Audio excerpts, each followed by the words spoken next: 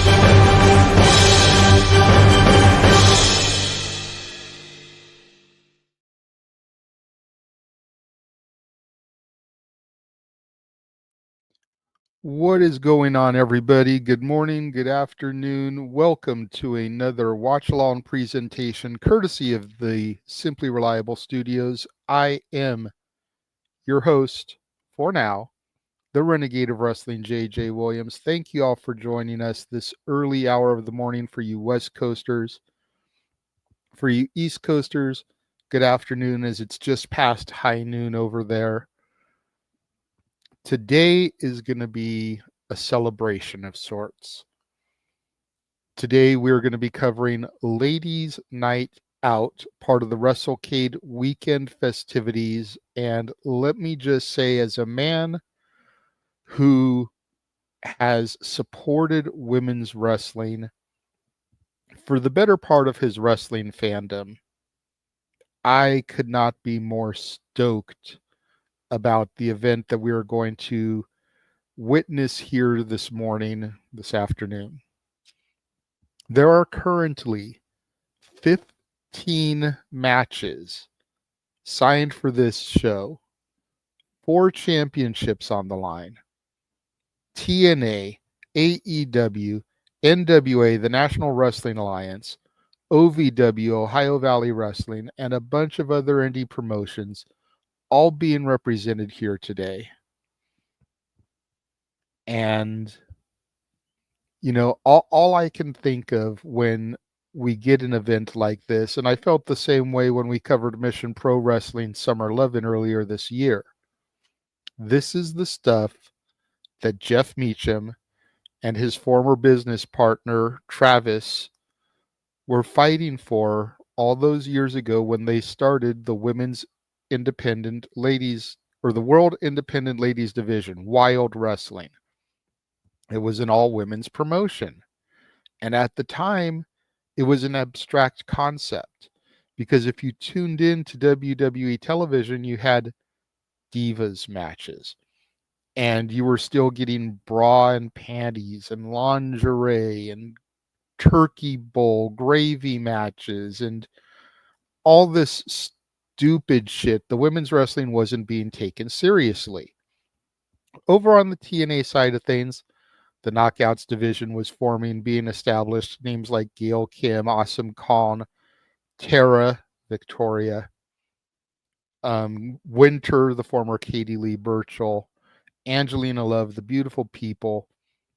You were starting to establish a more dominant, a more serious women's division over in TNA, but it still hadn't really caught fire to spark the revolution, the evolution that WWE then presented to us in 2018, which is around the same time this Ladies Night Out concept began.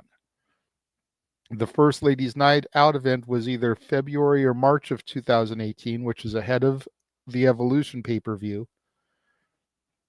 But just to see women's federations existing like a Mission Pro Wrestling, to see events like Ladies Night Out that gather the greatest women's talent from around the world from multiple companies. The only company that isn't really being represented here is WWE, and you can't even say that, as one of the talents and what I assume will be the main event is being billed as former WWE talent, insert name here, and we'll get to that momentarily. Noah will be joining me for the call at some point. He is still at church. He doesn't get home from church until about quarter till the top of the hour or the top of the hour. So you're riding with me solo in the time being. I have extended the offer to other members of the Simply Reliable Studios team. It is open to anybody who would like to join the celebration of women's professional wrestling, can be here, can join. Offers been made to Jeff Meacham, Big G, Stat Boy Mike, Walter. The list goes on. James was offered, but unfortunately he had something personal come up and he said he couldn't be here. But we don't know how many people are going to eventually join this stream, are going to be a part of this celebration. But the more the merrier as far as I'm concerned. Well, I think I've yapped enough about the reasoning for us covering this. Let's get into some of the matches. We're going to start off with some 6-woman tag team action, as we've got Kenzie and Kylie Page teaming with Ella Envy, a team that used to be known as Pretty Empowered, but Ella Envy has since left the team. But that just goes to show how special these Wrestlecade events are, because they're putting the trio together again, one night only, taking on the team of Zoe Sky, Jada Stone, and Maya World. Now, Kenzie Page has been on a tear in the National Wrestling Alliance ever since dethroning Camille at NWA 75 last year. She has reigned with that championship for well over a year. You got to be figuring that time is ticking. I could have swore she was going to lose to the title to Natalia Markova in their last encounter. However, my girl La Princesa Tiffany Nieves had something to say about that and cost Natalia Markova the match. But Kenzie Page, for those of you that don't know, that don't follow the National Wrestling Alliance, is somebody to have your eyes on, because I could definitely see her in WWE, AEW, TNA down the road. She is a dominant young woman, and she's a damn good worker as well, as is her sister, Kylie Page, as is Ella Envy. Now, Maya World, we recently discovered this year when we first started following Mission Pro Wrestling, as she comes in and out of there. Another solid in-ring performer, up-and-comer. And now with the WWE having their ID program, you never know when and where somebody at this show could end up being scouted. Jada Stone and Zoe Sky are unknown to me, but that doesn't mean that they should be taken lightly or for granted. I'm looking forward to seeing what all 6 of these women bring in this matchup. We also have a special tag team elimination match going to be going on today, as the team of Venom and Violence take on Survival of the Thickest, Vanity and JD Storm, and the Smothers Twisted Sisters. This match, I know absolutely nothing about any of the competitors, if I'm being 100% honest. This is where Noah comes in handy, because he always does his research. I've been so busy lately with Thanksgiving festivities, doing the soft relaunch of Renegades reviews, being part of all the other watch-alongs, production, etc. I haven't had the opportunity to do my research on these women, and I do regret that. But I am, again, looking forward to seeing what these 8 ladies can bring to the ring here today, tonight. It should be a great match nonetheless. Then we get into a 7-woman elimination match. And I'm hoping one of these 2 elimination matches starts the show because it gives a little bit of length. But we've got Leva Bates taking on Jazmin, Howe, Clara Carter, Brittany Jade, Hyena Hera, Nova Fury, and Amira Rose. Leva Bates is the only one I've actually heard anything about. So I'm definitely have my eyes on her. The other 6 women are relative unknowns to me. But again, as I stated with the other matches, just because they're unknowns doesn't mean that they're not ones to watch.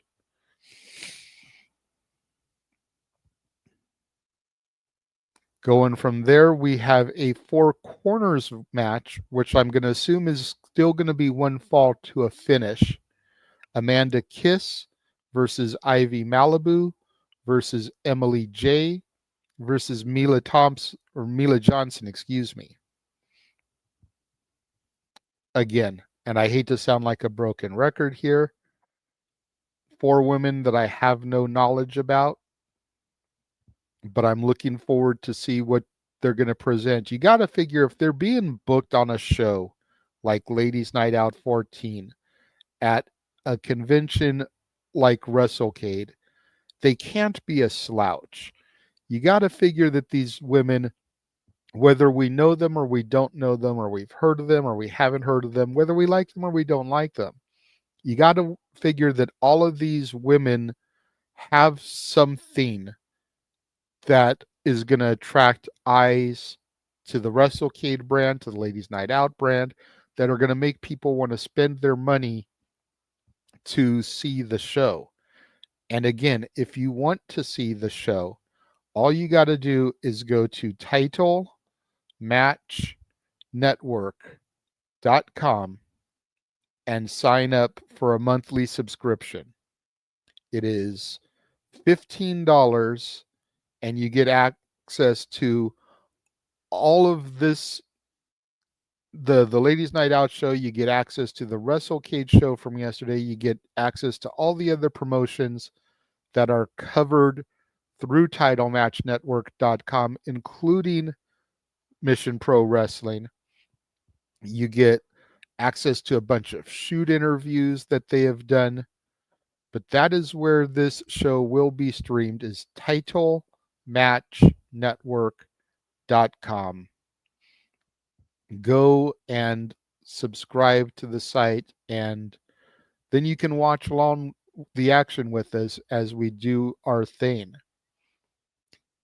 Now, this next match is going to be very interesting, as Lindsay Snow yesterday on the Wrestlecade show took on Masha Slamovich in a hardcore match and lost.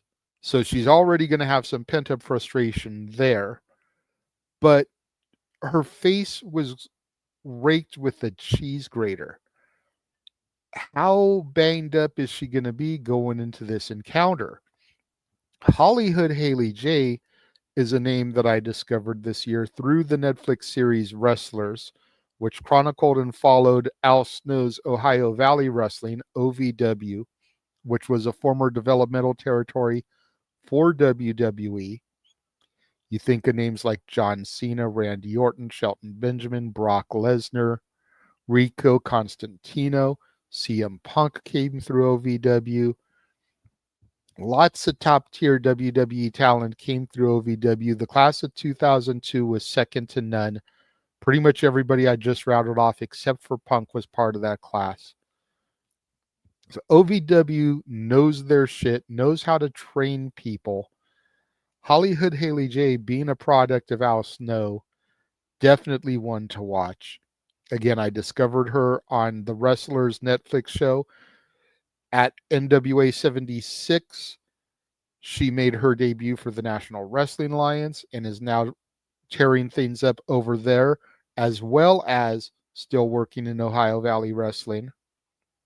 And here she is here on this grand stage in this first time ever match with a woman who went toe-to-toe with the TNA Knockouts World Champion yesterday. So you want to talk about somebody who's got a spotlight on them.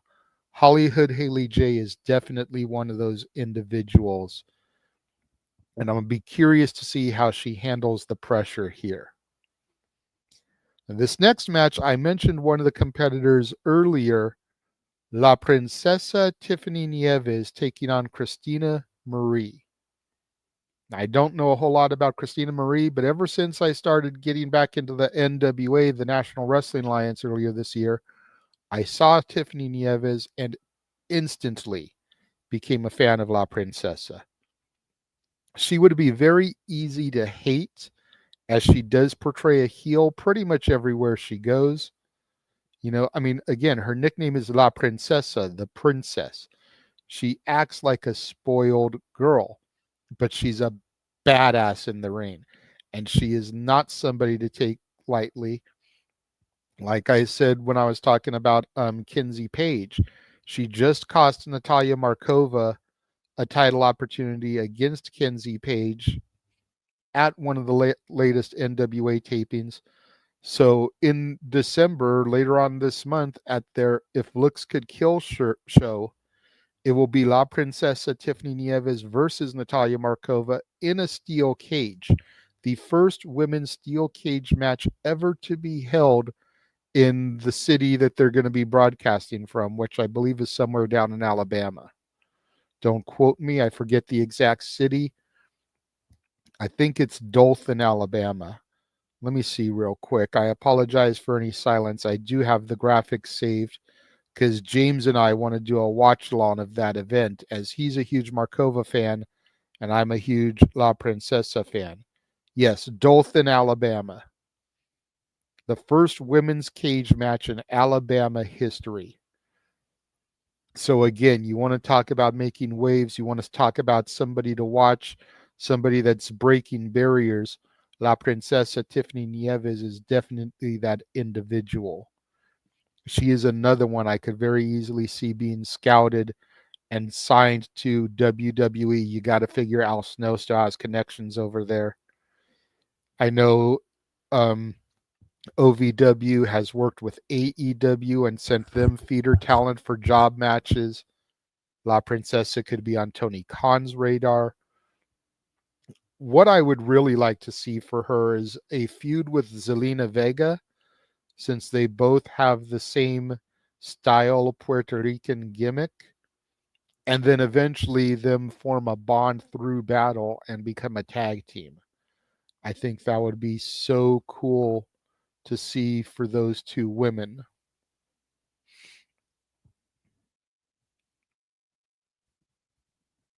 One second here.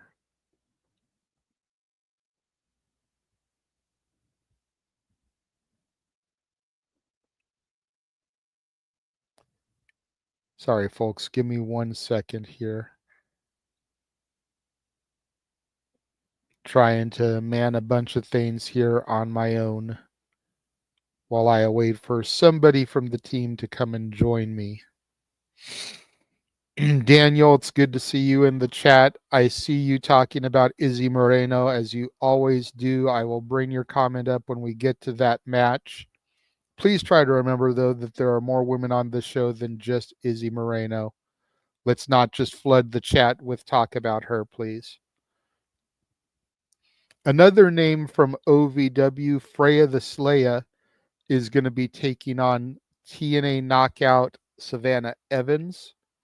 This is going to be a possible another scouting match here. I haven't seen a whole lot of Freya's work, but I have seen her a little bit. Savannah Evans, according to Noah, just recently returned to TNA. But should be a solid match here. I'm definitely looking forward to these two women and seeing what they bring to the table. Here's where we get some interpromotional stuff because we've got AEW's Leila Gray taking on new TNA signee Xia Li, former WWE superstar Xia Li. So we've got a great contest here, interpromotional matchup, major interpromotional matchup. A lot of these are interpromotional matchups, but this is a major interpromotional encounter as it's TNA versus AEW, former WWE versus AEW. Really looking forward to this match because Xia Li was horribly misused in WWE. And Leila Gray is one of those AEW talents that pretty much stays in catering because she doesn't get booked on the shows all the time. She doesn't get featured the way that Sky Blue, Chris Statlander, Willow Nightingale, and some of the others do. So a huge proving ground moment here. If she can beat a former WWE talent, it might get her a little bit more of a push in AEW.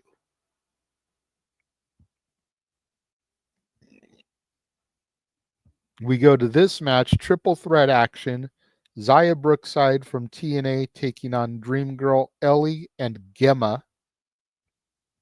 Don't know much about anyone in this other than Xia Brookside. Xia Brookside made her debut in TNA earlier this year. She just wrestled at Turning Point on Friday night, which was also part of the Wrestlecade festivities. So it's going to be interesting to see what she does here with these two, for lack of a better phrase, lesser known talents. I definitely expect her to be the ring general here, carrying the action and the majority of the match. But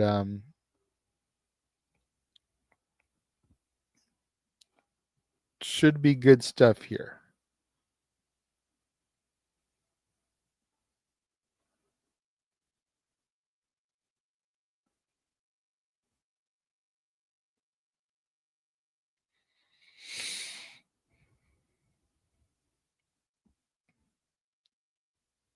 We move on to another match, and we've got what could very easily be another talent scout type of opportunity as Vipress, who I know very little about, takes on the ride or die of the system, Alicia Edwards, wife, of course, to Eddie Edwards. We saw Alicia get involved in system activities at Turning Point, as she always does. Alicia, to my knowledge, isn't a very experienced wrestler. She's only been wrestling for a couple of years. I don't know what the experience is of Vipress, but just the fact that she's a TNA knockout, TNA talent, former TNA knockouts tag champion with Masha Slamovich, who we'll get to momentarily as she is on the card as well. Definitely looking at a lot of these matches as scouting matches, but the ones where it's an indie talent versus a talent from another company, I always kind of look at those as more of a proving ground, because if Vipress can get a victory here over the former Knockouts tag team champion, then you're going to think that TNA is going to want to get their hands on her and possibly end up working a story with her. Even if they only sign her to a 6-month or a 1-year deal to kind of keep things rolling, going off of a victory here. You think they're going to want to have her in the company to further develop things. Speaking of TNA, this is the match that'll probably be the main event, but I'm not going to do it last, as I'm going to save the championship matches for that respect. But we've got Jordynne Grace taking on Vix Crow, the former WWE superstar Alicia Fox. Much like I was talking about yesterday as Joe Hendry fought Raj Desi, the former WWE champion Jinder Mahal, Jordynne Grace going up against a former WWE talent, a former main roster WWE talent at that, I feel is a huge test and proving ground for Jordynne Grace. Jordynne Grace has been in and out of the developmental. She's been in and out of NXT. She did compete in the Royal Rumble earlier this year and get to mix things up with the main roster talent there. But for the most part, she's really focused on and worked with the talent down in NXT. This is, to my knowledge, her first opportunity to go one-on-one since that with a former WWE main roster talent in Alicia Fox, Vix Crow. And I'm sure WWE talent will be having their eyes on this match to see how she works with somebody of that caliber. Alicia Fox is definitely not somebody that I am a huge fan of on a personal level, but that's not what tonight is about. Today is about a celebration of women's professional wrestling. So forget about the personal BS and just enjoy women's wrestling. Next up, to my knowledge, is not a championship match, but that doesn't mean that it can't be made one last minute. You've got the current reigning and defending TNA Knockouts World Champion, Masha Slamovich, taking on the National Wrestling Alliance's La Rosa Negra. Masha Slamovich has been the MVP of the Wrestlecade Weekend. She was fighting a turning point on Friday night, the TNA pay-per-view, defending her championship in a 2 out of 3 falls match against Jordynne Grace. She fought Lindsay Snow yesterday as part of the Wrestlecade Super Show, the only women's match that was booked on that show. Retained or got the victory, title wasn't on the line. Got the victory there in a brutal hardcore match. And now she's in action here as part of the Ladies Night Out 14 against another woman you definitely can't take lightly in La Rosa Negra. Huge match here for La Rosa Negra. If this National Wrestling Alliance talent can get a pinfall victory over Masha Slamovich, which for the record, I don't think she will, but if she can get a pinfall victory over Masha, again, you got to think that's going to do huge things for the career of La Rosa Negra. Now we get into our championship matches. First up, we're going to discuss this first time ever matchup for the Riot Cabaret Women's Championship. It will be Missa Kate taking on the owner of Mission Pro Wrestling, La Mera Mera.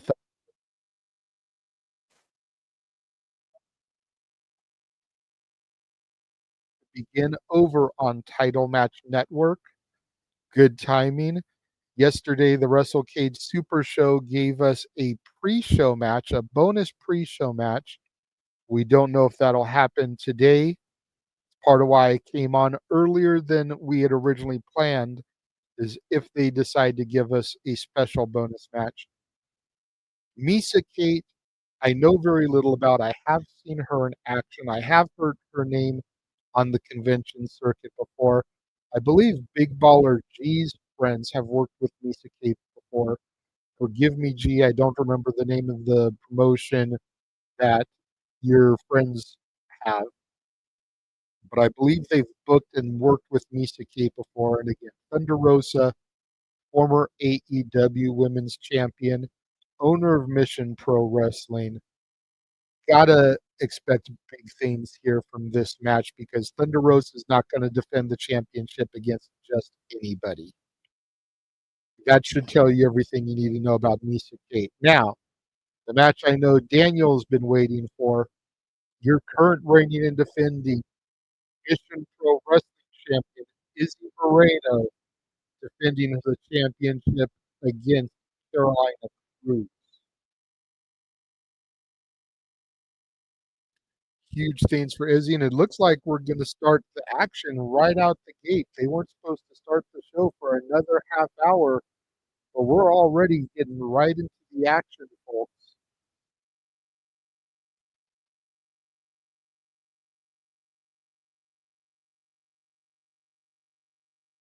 looks like we're going to start things off with this four corners match.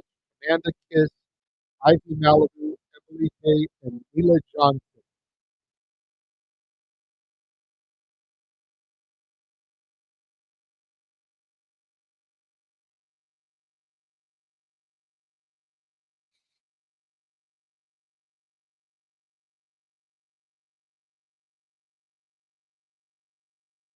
I think they realized that with 15 matches, they needed more than 2 hours. Emily J now coming out to the ring, the final competitor here for this match.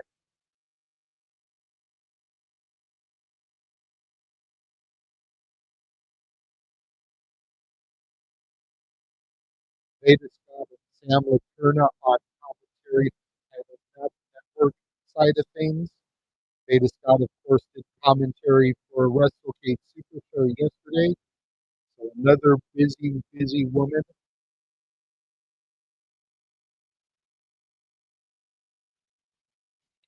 Again, I know very little about these four women, everybody, but I'm going to do my best to carry the action until Noah gets here. Noah should be here in the next 15 to 30 minutes when he gets home from church.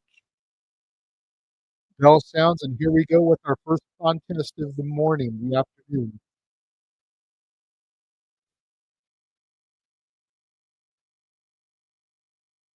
Looked like we were going to get a four-way test of strength, but two of the women had different ideas. We got two women outside the ring, two women inside the ring right now.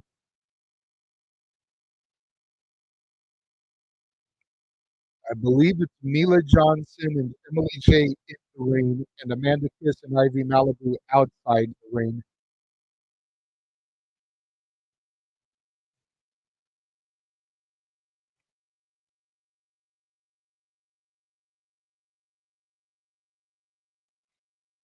Amanda Kiss doing some dominance here inside the ring. Snap suplex to, I believe that was Mila Johnson. And another one. Huge vertical suplexes. And now taking a moment to pose, that's something you definitely don't want to do in a four corners match, as it is one fall to a finish. Doesn't matter how many of your opponents you have laid out, there's always somebody else that can come back and start to attack.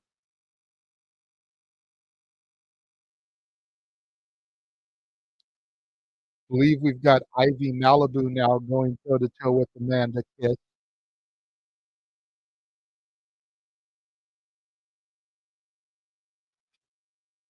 Here comes Emily J. Backcracker to Amanda Kiss, and now using her knees, ramming the face of Ivy Malibu into the mat here. X Factor delivered. Amanda Kiss comes in, getting Emily J. Huge implant DDT from Amanda Kiss. Goes for the clothesline duck. Gets caught by Mila Johnson. And Amanda Kiss thrown to the outside. Emily J coming in, dumps Mila Johnson to the outside.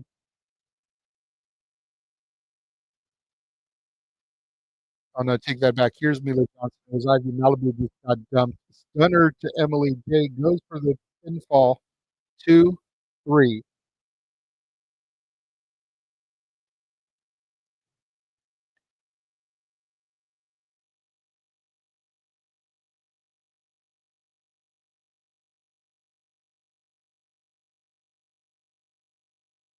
Okay, sincerest apologies. Emily Blaze, who got the pinfall here, they do not have the graphic listed the way that the talents are. You would assume that Amanda Kiss and Emily J are on one side, Ivy Malibu, Mila Johnson on the other. I do apologize for the misinformation. Emily J is who just got the victory.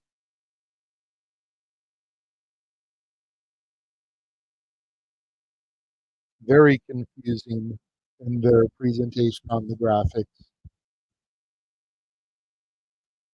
Again, I am just one man, ladies and gentlemen. I am going to do everything that I can until we get Noah back. But again, we were discussing before that match, Izzy Moreno, Carolina. Big moment for Izzy Moreno as she fought Tiffany Nieves at last year's Ladies Night Out and then defeated her earlier this year for the Mission Pro Championship. Now here she is 1 year later defending the title against Carolina Cruz. And then the final match to discuss as we get the entrance for this gauntlet match, which I believe is going to be the 7 women match. Jazmin Howe making her entrance. We'll come back to this match.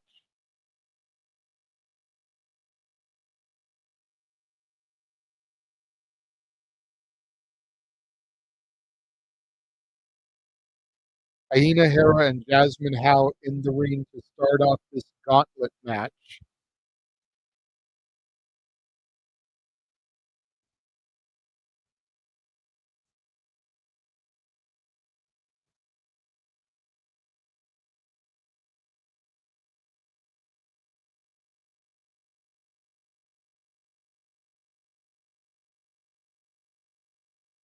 Bell sounds for this gauntlet match. Both women face to face. Jazmin Howe just pie faces Aina Hera. Goes for the clothesline. Hyena ducks it. Hyena Hera giving punches in the corner here. Irish whip reversal by Howe. Up and over goes Hera. Hera goes bouncing off the rope. Crossbody block, taking down Jazmin Howe. And she lets out a primal scream.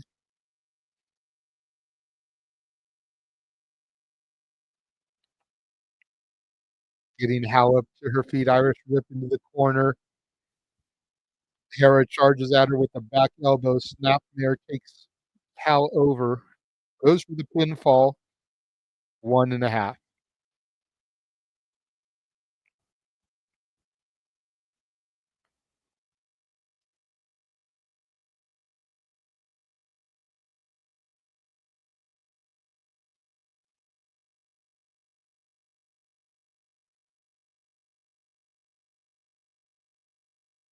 Clara Carter now into the ring. So apparently it's not a gauntlet in the fact that once one person gets eliminated, another person comes in.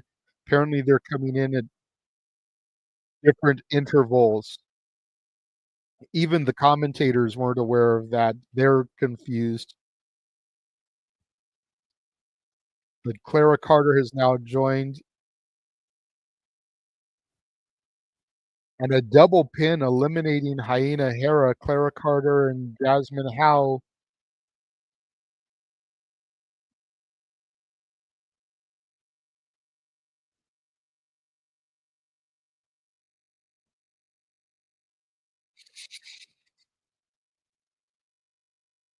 Getting another entrance here.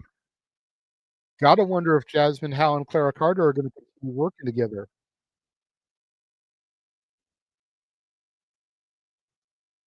Nova Fury now into the ring. Clothesline Clara Carter, clothesline to Howe, code breaker to Howe.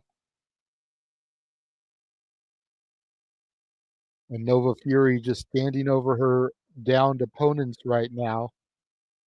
Kicking Jazmin Howe to the outside of the ring. Follows her out. Going to do a little bit of brawling outside now. Huge right hand to Clara Carter. Jazmin Howe back up to her feet. Huge right hand knocks Jazmin Howe right back down.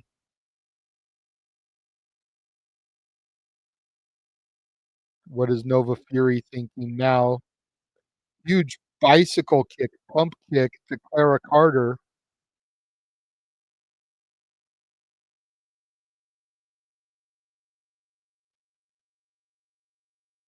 Audrey Allen now into the match. She wasn't even on this graphic, so an additional competitor.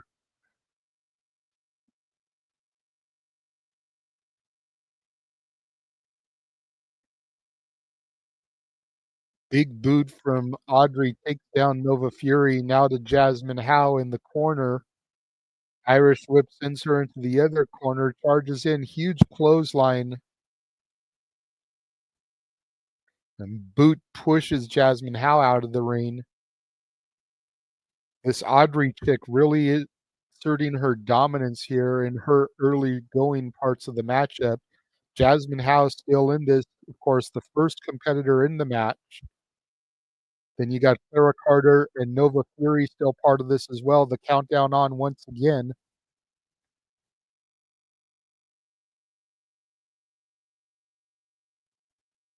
Kendall Lyon now coming, another name who wasn't on the graphic.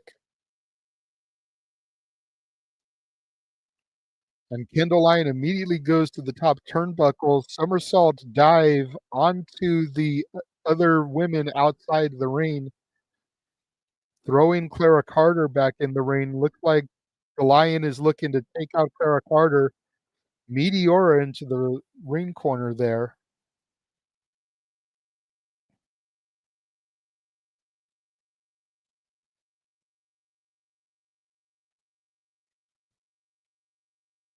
Psycho knee there, taking out Clara Carter, but she's not going for the pin. Now she does. 1, 2, only a 2 count. I think that little bit of hesitation cost the Lion the pinfall there. Next entry coming in.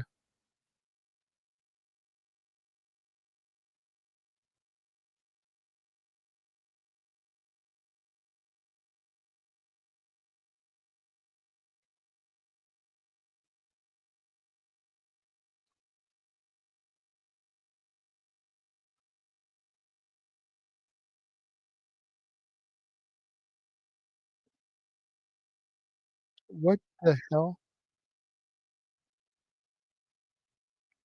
So Leva Bates is now coming out, but she is wearing like a pilgrim costume. Clara Carter just eliminated Audrey. Kendall Lyon now eliminating Nova Fury. Jazmin House still in this. Next competitor coming out.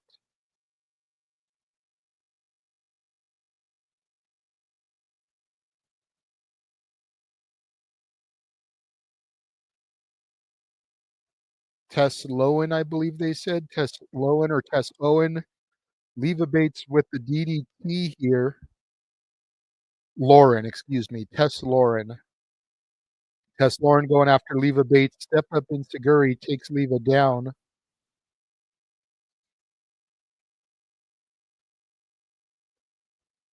Hogan-esque leg drop. Did she get it or no? Looks like the Lion has been eliminated there with that Hogan-esque leg drop. Jazmin House still in this, folks. She was the first competitor out. Gotta wonder if she's gonna run the gauntlet here. Buzzer sounds, here comes the next competitor. Sam Shriek.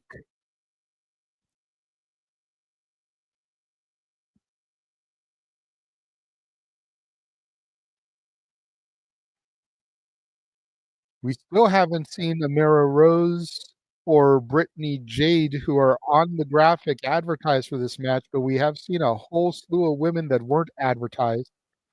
High stack and another elimination here.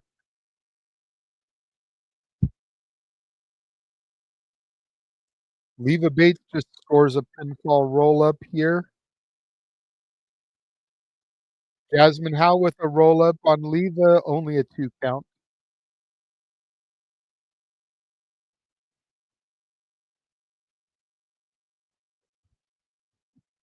Chaotic action is correct there, Veda Scott. I am having such a hard time keeping track. I don't know if any other women are coming out. I don't know what happened to Amira Rose or Brittany Jade. But right now it is Leva Bates and Jazmin Howe.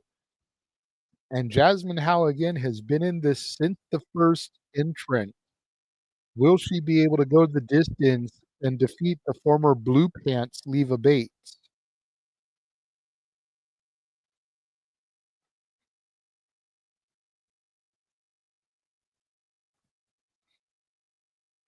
Huge forearm by Jazmin Howe taking down Leva Bates. Backstabber. Goes for the pinfall. 1, 2, kick out. 2 3/4, man. That was very close for Jazmin Howe after that backstabber to Leva Bates.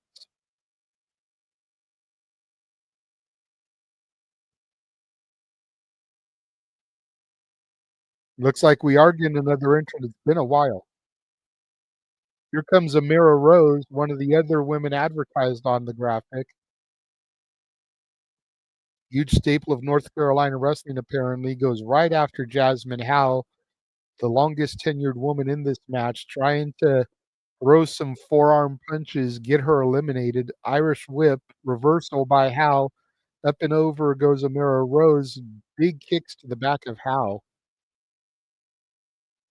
Another Irish whip reversal. This time Howe sends Rose into the corner.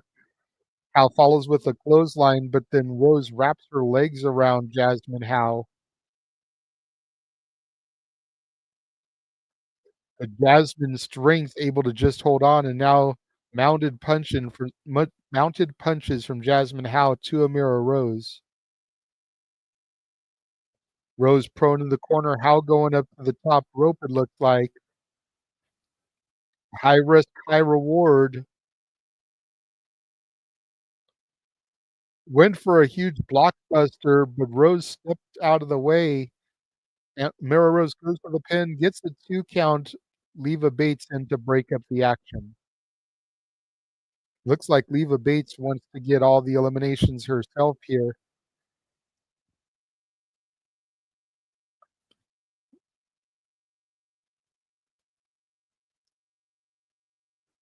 Huge sidekick there by Amira Rose taking down Leva Bates. Spinning X Factor from Amira Rose. Goes for the pin on Leva Bates. Gets a 2. No. Kick out at 2 3/4. Damn. Huge penalty kick from Jazmin Howe to Amira Rose.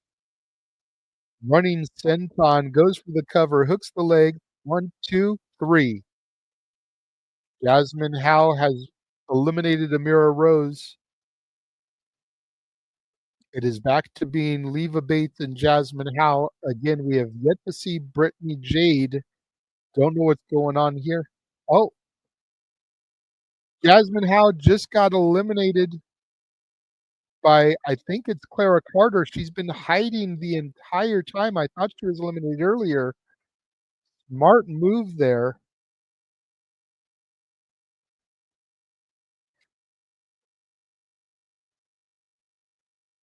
And Clara Carter just stole this thing, eliminating Leva Bates last. Holy crap. Coming out of nowhere. I could have sworn Clara Carter was eliminated earlier on, but she's been kind of hiding under the ring. Came in, took Jazmin Howe out, took out Leva Bates, and stole this thing, pointing to her head saying, I was smarter than you.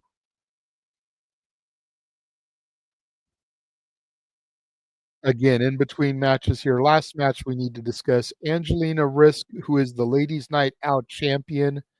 Jazmin Allure, the Hurricane Pro Women's champion. Title for title, if everything I've heard is accurate.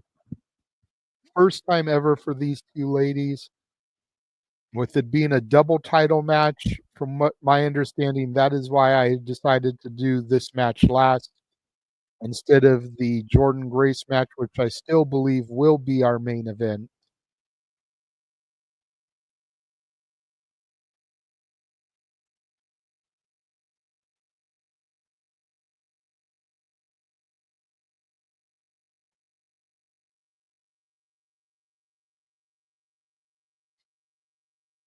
Looks like we're getting our elimination tag team match now.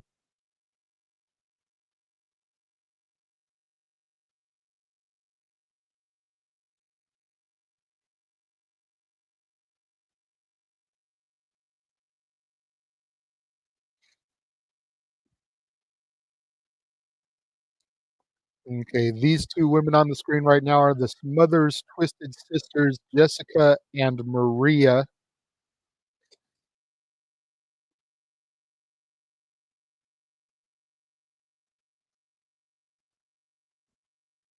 Veda Scott said the Smothers Twisted Daughters.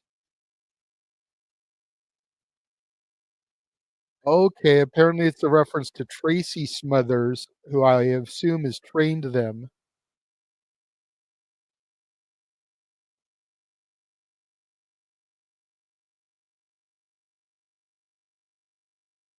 Vanity and JC Storm now making their way to the ring, being accompanied to the ring by Maserati.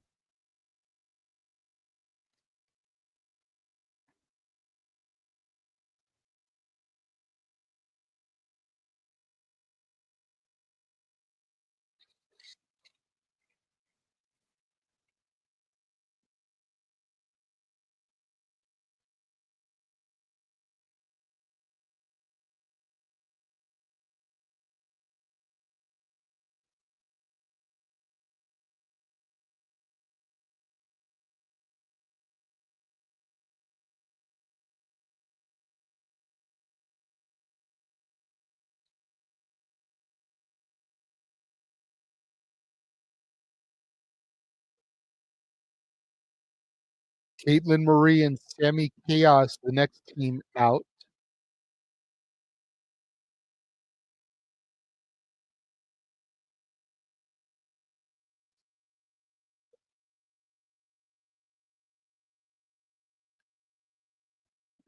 One of these women trained by Masha Slamovich, so you know she's not going to be a slouch here.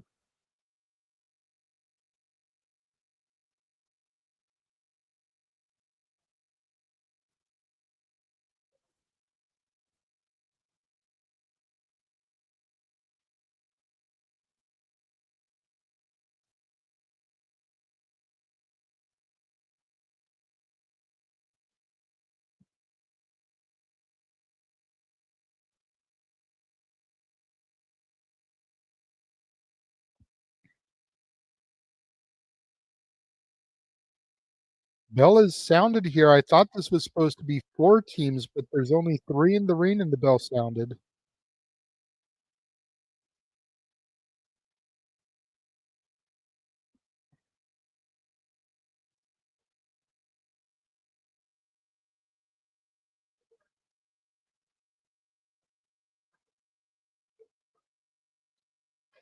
Sammy Chaos, the one that trained with Masha Slamovich.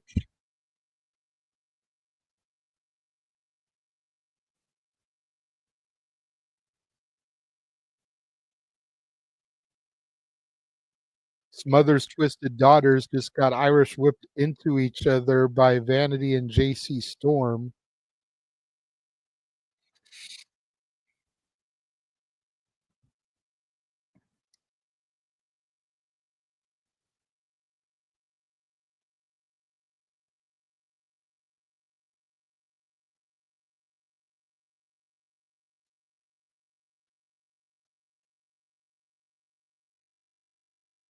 Vanity and Caitlin Marie paired off in one quarter. Irish whip attempt from Vanity, but Caitlin Marie blocking it. Huge forearm shot by Caitlin Marie to Vanity. Irish whip of her own sends her into the far corner. Huge splash and a tag to her partner. Sammy Chaos coming in now.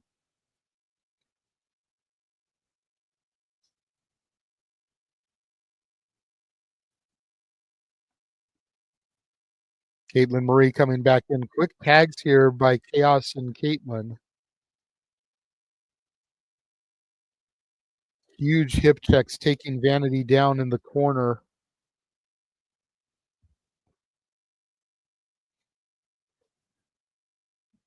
Cannonball to Vanity. Goes for the pinfall. Does Caitlin Marie only gets a 1 count.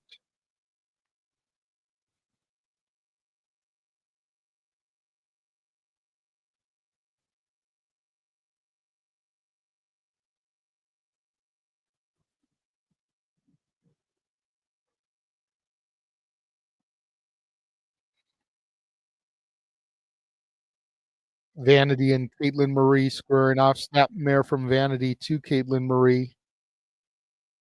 Big knee to the back there. Tag to her partner, JC Storm.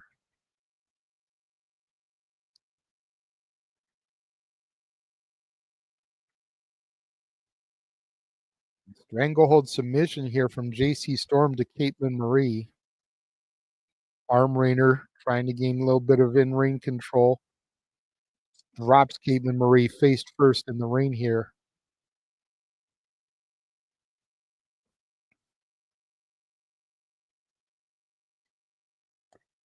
Caitlin Marie grabs JC Storm by the hair. Or no, excuse me, that was one of the Smothers Twisted Daughters.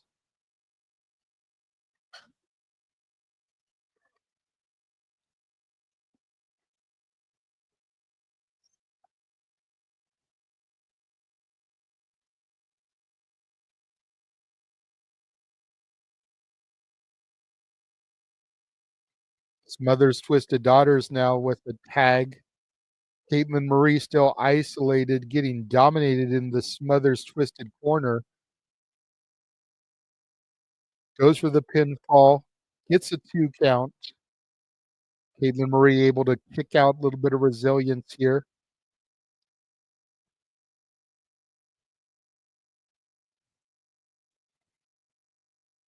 Caitlin Marie trying to find anyone that she can tag so that she can get out of the ring. She has just been woman handled here these last few minutes.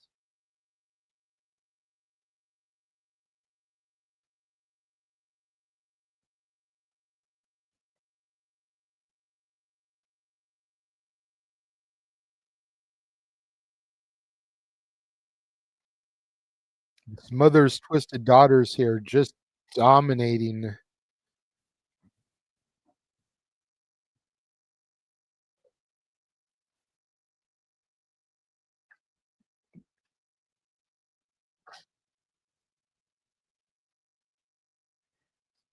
Maria with the Meteora here.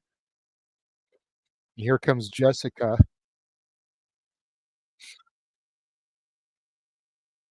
Big clothesline from Jessica taking down Caitlin Marie.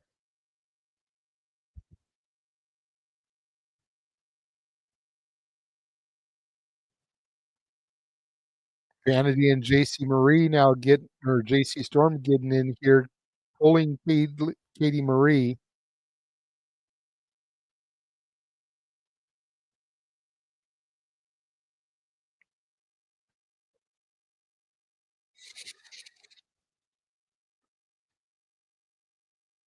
JC Storm over the rope, pump kick there to Caitlin Marie. Telling the Smothered Twisted Daughters to kiss her butt. Goes for the pinfall, hooks both legs, only a 2 count.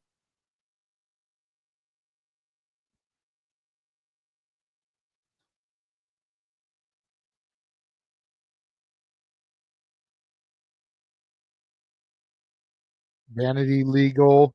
Both Vanity, JC Storm in working on Caitlin Marie here. Irish whip. Huge clothesline takes Caitlin Marie down. Vanity in for the pinfall. Gets the 1, gets the 2. No. 2.9999.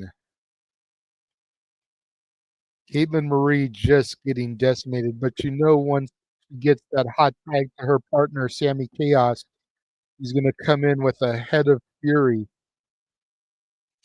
Gets the tag to Sammy Chaos, and here we go, everybody. Shot to JC Storms, shot to Vanity. Taking out the Smothers Twisted Daughters on the ring rope. Clothesline to JC Storm in the ring, the legal competitor. JC Storm with a knee to Sammy Chaos. Going for, are they going to be able to get her over? Both Vanity and JC Storm going for a double vertical suplex. And Sammy suplexes the 2 of them instead.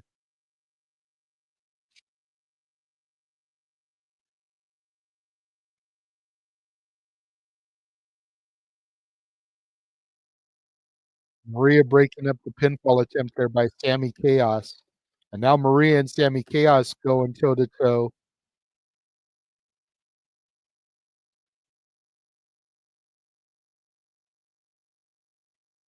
Maria just thrown into the posterior of Caitlin Marie. Sammy Chaos, huge spine busters there. Caitlin Marie with a senton. Sammy in for the pinfall. Jessica breaks up the attempted pin attempt.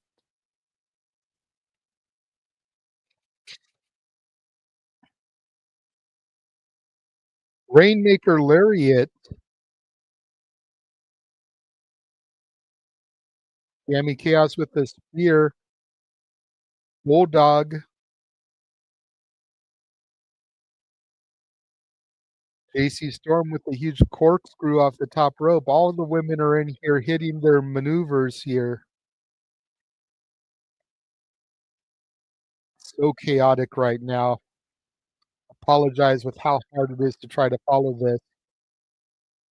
Sammy Chaos and Caitlin Marie both taking Vanity and JC Storm over. And both these women are going to the top rope, going to hit some stereo aerial maneuver here. Bonsai drop, pinfall, 2, 3. Sammy Chaos and Caitlin Marie get the pinfall over JC Storm and Vanity for the victory.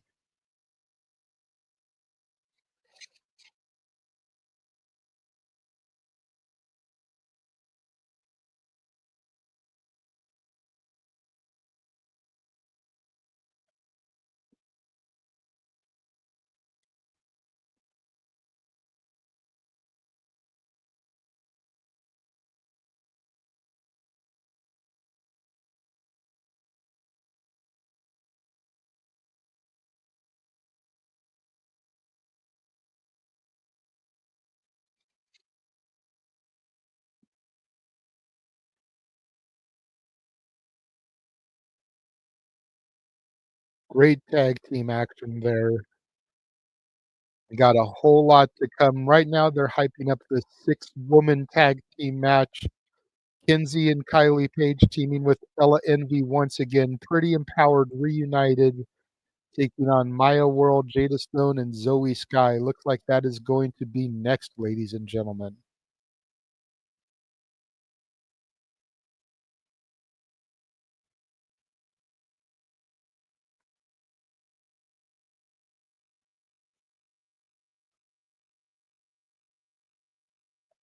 Oh, it is after the top of the hour. Hopefully, Noah will be here soon.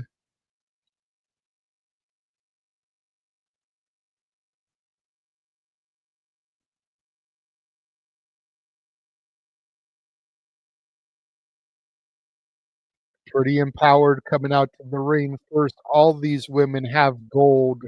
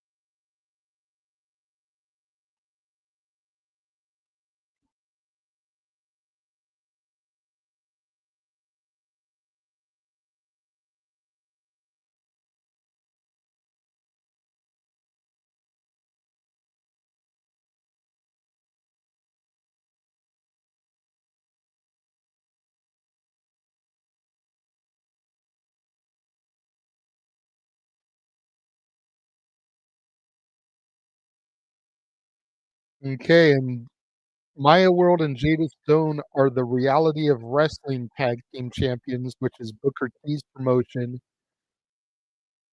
They're coming out now with Zoe Sky.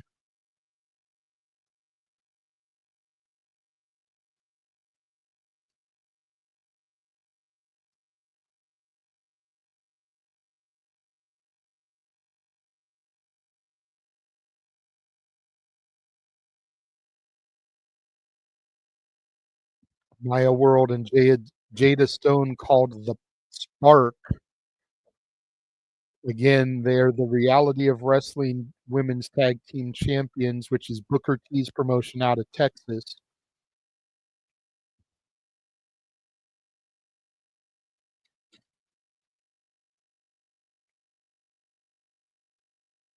Looks like we've got Kenzie Page and Zoe Sky starting things off here.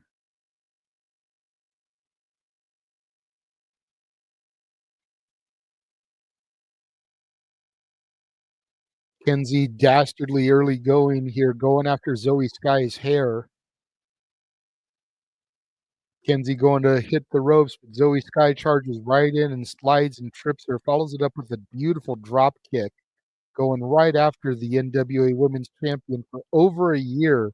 Kenzie Page has been holding the Burke. Zoe Sky, big shotgun drop kick, takes down Kenzie Page here.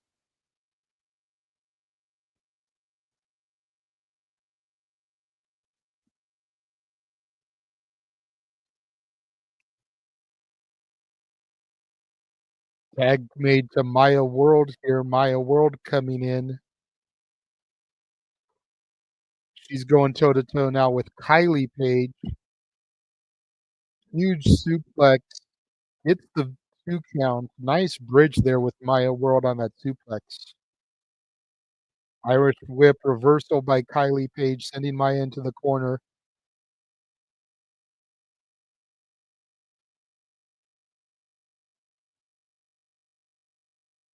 Nice double team maneuver there by Maya World and Jada Stone.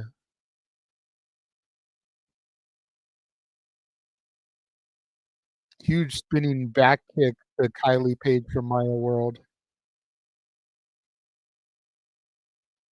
Ella Envy, now the legal person for Pretty Empowered. Jada Stone coming in for the other team. Huge display of athleticism there by Jada Stone. Goes for a handspring elbow, shades of China, but Ella Envy moves out of the way. Jada Stone able to catch her, though, coming in with her legs and taking her home with a Hurricane Rana.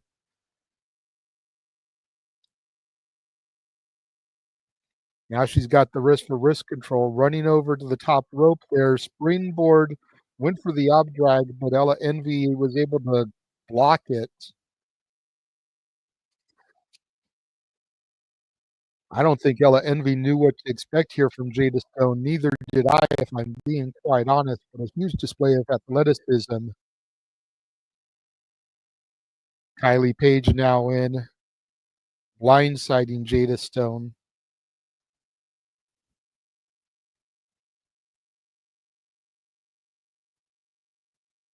Younger of the Page sisters, but still a force in the ring.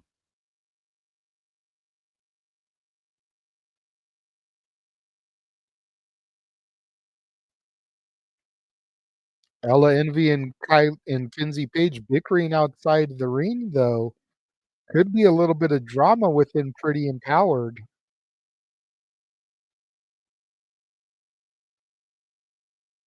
Ella Envy, now the legal woman for Pretty Empowered, fighting Jada Stone here.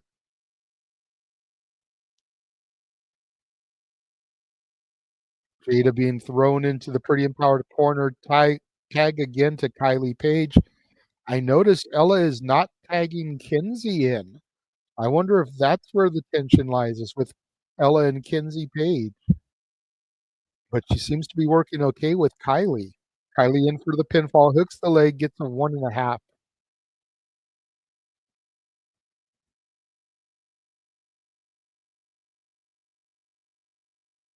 Huge stunner style maneuver there by Jada Stone. Gets the tag into Zoe Sky. Kenzie back in, takes down Kylie as well. There goes Ella. Zoe Sky drop toe hold to Ella Envy, sends her face first into the turnbuckle.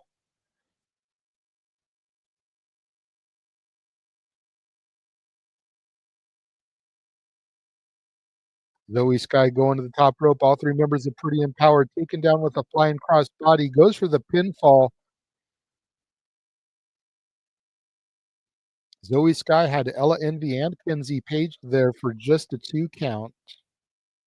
Maya World in now. Maya World trying to work with Zoe Sky. A little bit of double team action on Kenzie Page. What is this? Maya with a huge display of power. Moonsault from Jada Stone, pins Kinsey Page. 1, 2, no.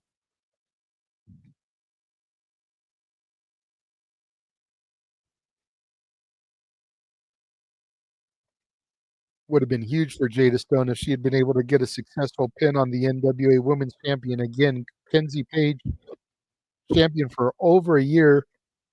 Ella Envy with the TKO to Zoe Sky.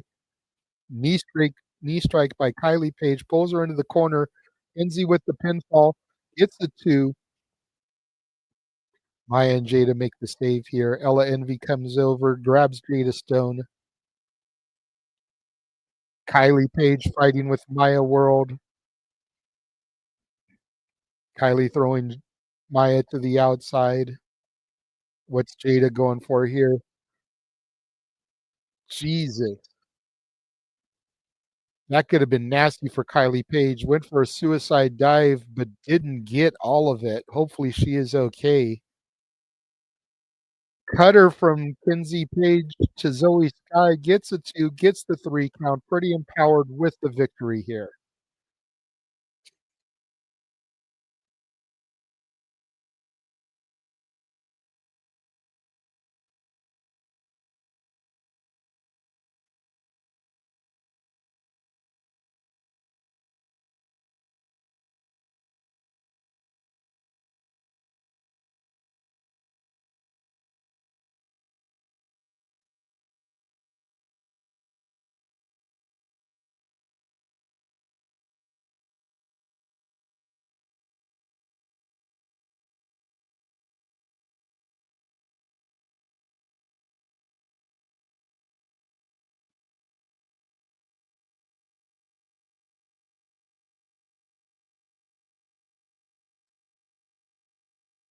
Calling for the medics to come ringside.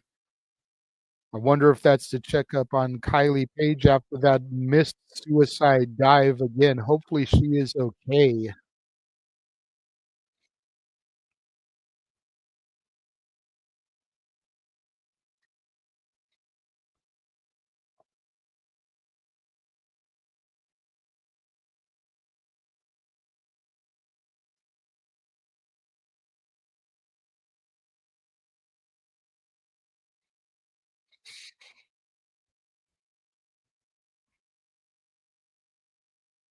Now we've got Sam Laterna and Veda Scott kind of hyping up the card. They're talking about La Rosa Negra versus Masha Slamovich.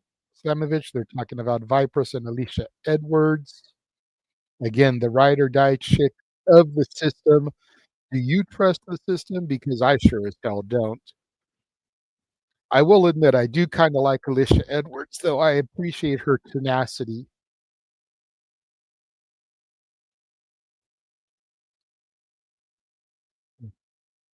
Hyping how they have wrestlers from all over the world, different companies represented. Again, we've had Reality of Wrestling so far. We've had um, Mission Pro so far. Maya World works over there as well. We've had the National Wrestling Alliance so far. We've got TNA, AEW, former WWE, all on the card. Such huge stuff going on here on Title Match Network. If you guys want to watch along the action, as we call it, Noah's message, he should be home in about 10 minutes from church, maybe a little bit sooner. I was 100% correct. They're advertising Jordynne Grace and Vix Pro as the main event. Again, card subject to change. Something could always happen and the lineup get changed, but they just said that this will be our main event, as I expected.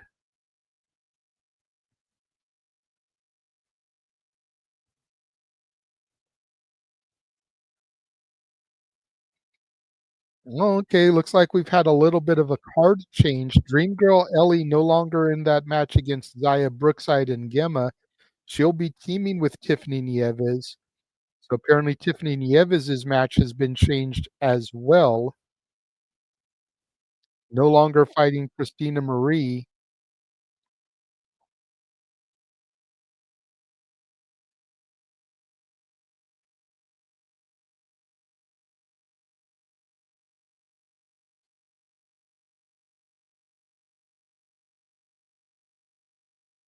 Now they're talking about Thunder Rosa and Missa Kate. Apparently, this is not a first time ever match. This goes back about 6 years between these 2.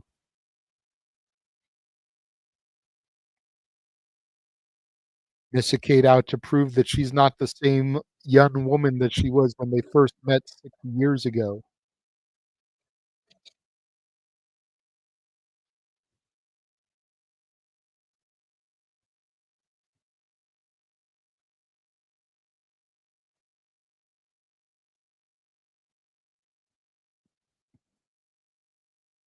Just got word from Noah he should be with me at about 1:30. He's just a couple minutes away from home, but once he gets home, gets everything booted up, grabs him his tasty beverage, should be about 1:30. So this next match should be the last match that I have to call by myself. Be safe out there, Noah. He says that the snow and the wind is blowing more than expected. Again, he's in Ohio, so they're obviously experiencing their first snow of the year for the holiday season. Again, this is women's wrestling, damn it. This is one of the huge events that we wanted to make sure we covered this weekend. Noah, myself, Jeff Meacham, James Hebert, huge supporters of women's pro wrestling, and it's been a good show so far. These matches are moving a little bit quicker than I had hoped, but they're flowing real good, and the action has been on point. Who do we have here? Freya the Slaya. So we're going into that match now.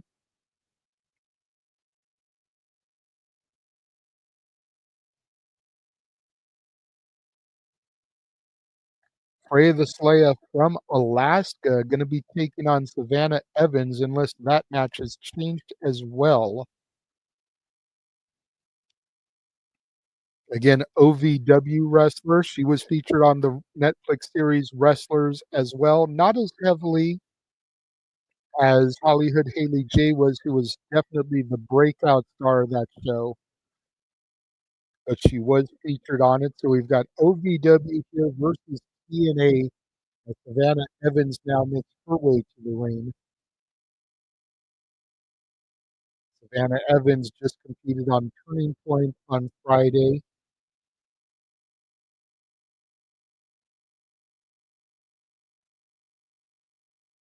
Bell rings here, and again, this is a huge proving ground for Freya the Slaya. For the most part, an unknown independent wrestler taking on an established TNA knockout. This could be huge if she gets a pinfall victory over here. A little bit of a shoving match going on between Freya and Savannah here. Freya calling for a test of strength against the cannibal Savannah Evans.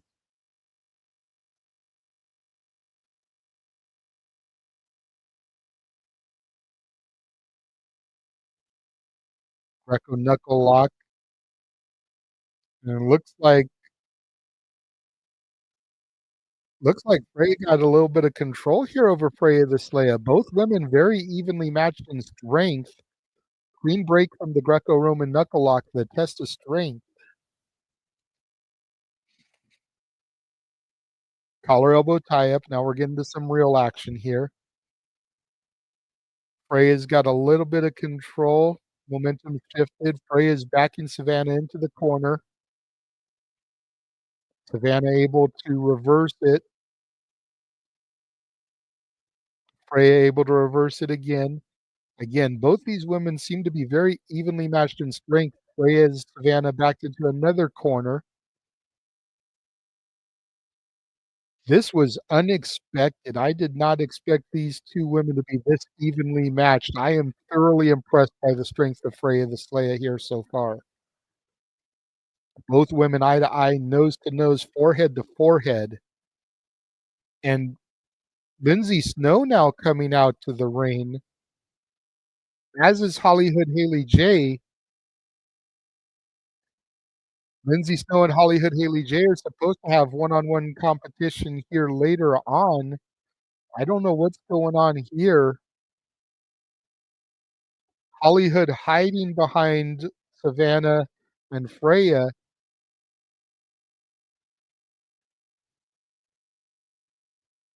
Maybe it's the OVW connection here. It looks like this may end up be turning into a tag team match, folks.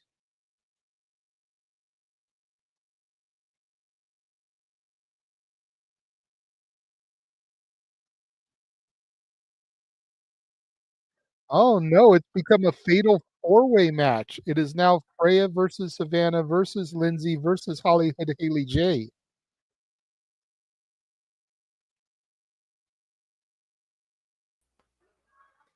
Good to see you, Noah. You came in at a great moment. This what was supposed to be one-on-one contest between Freya the Slaya and Savannah Evans that was very impressively evenly matched in strength has now turned into a fatal four-way match as Lindsay Snow and Hollywood Haley J fought to the ring. They were supposed to have a one-on-one encounter later.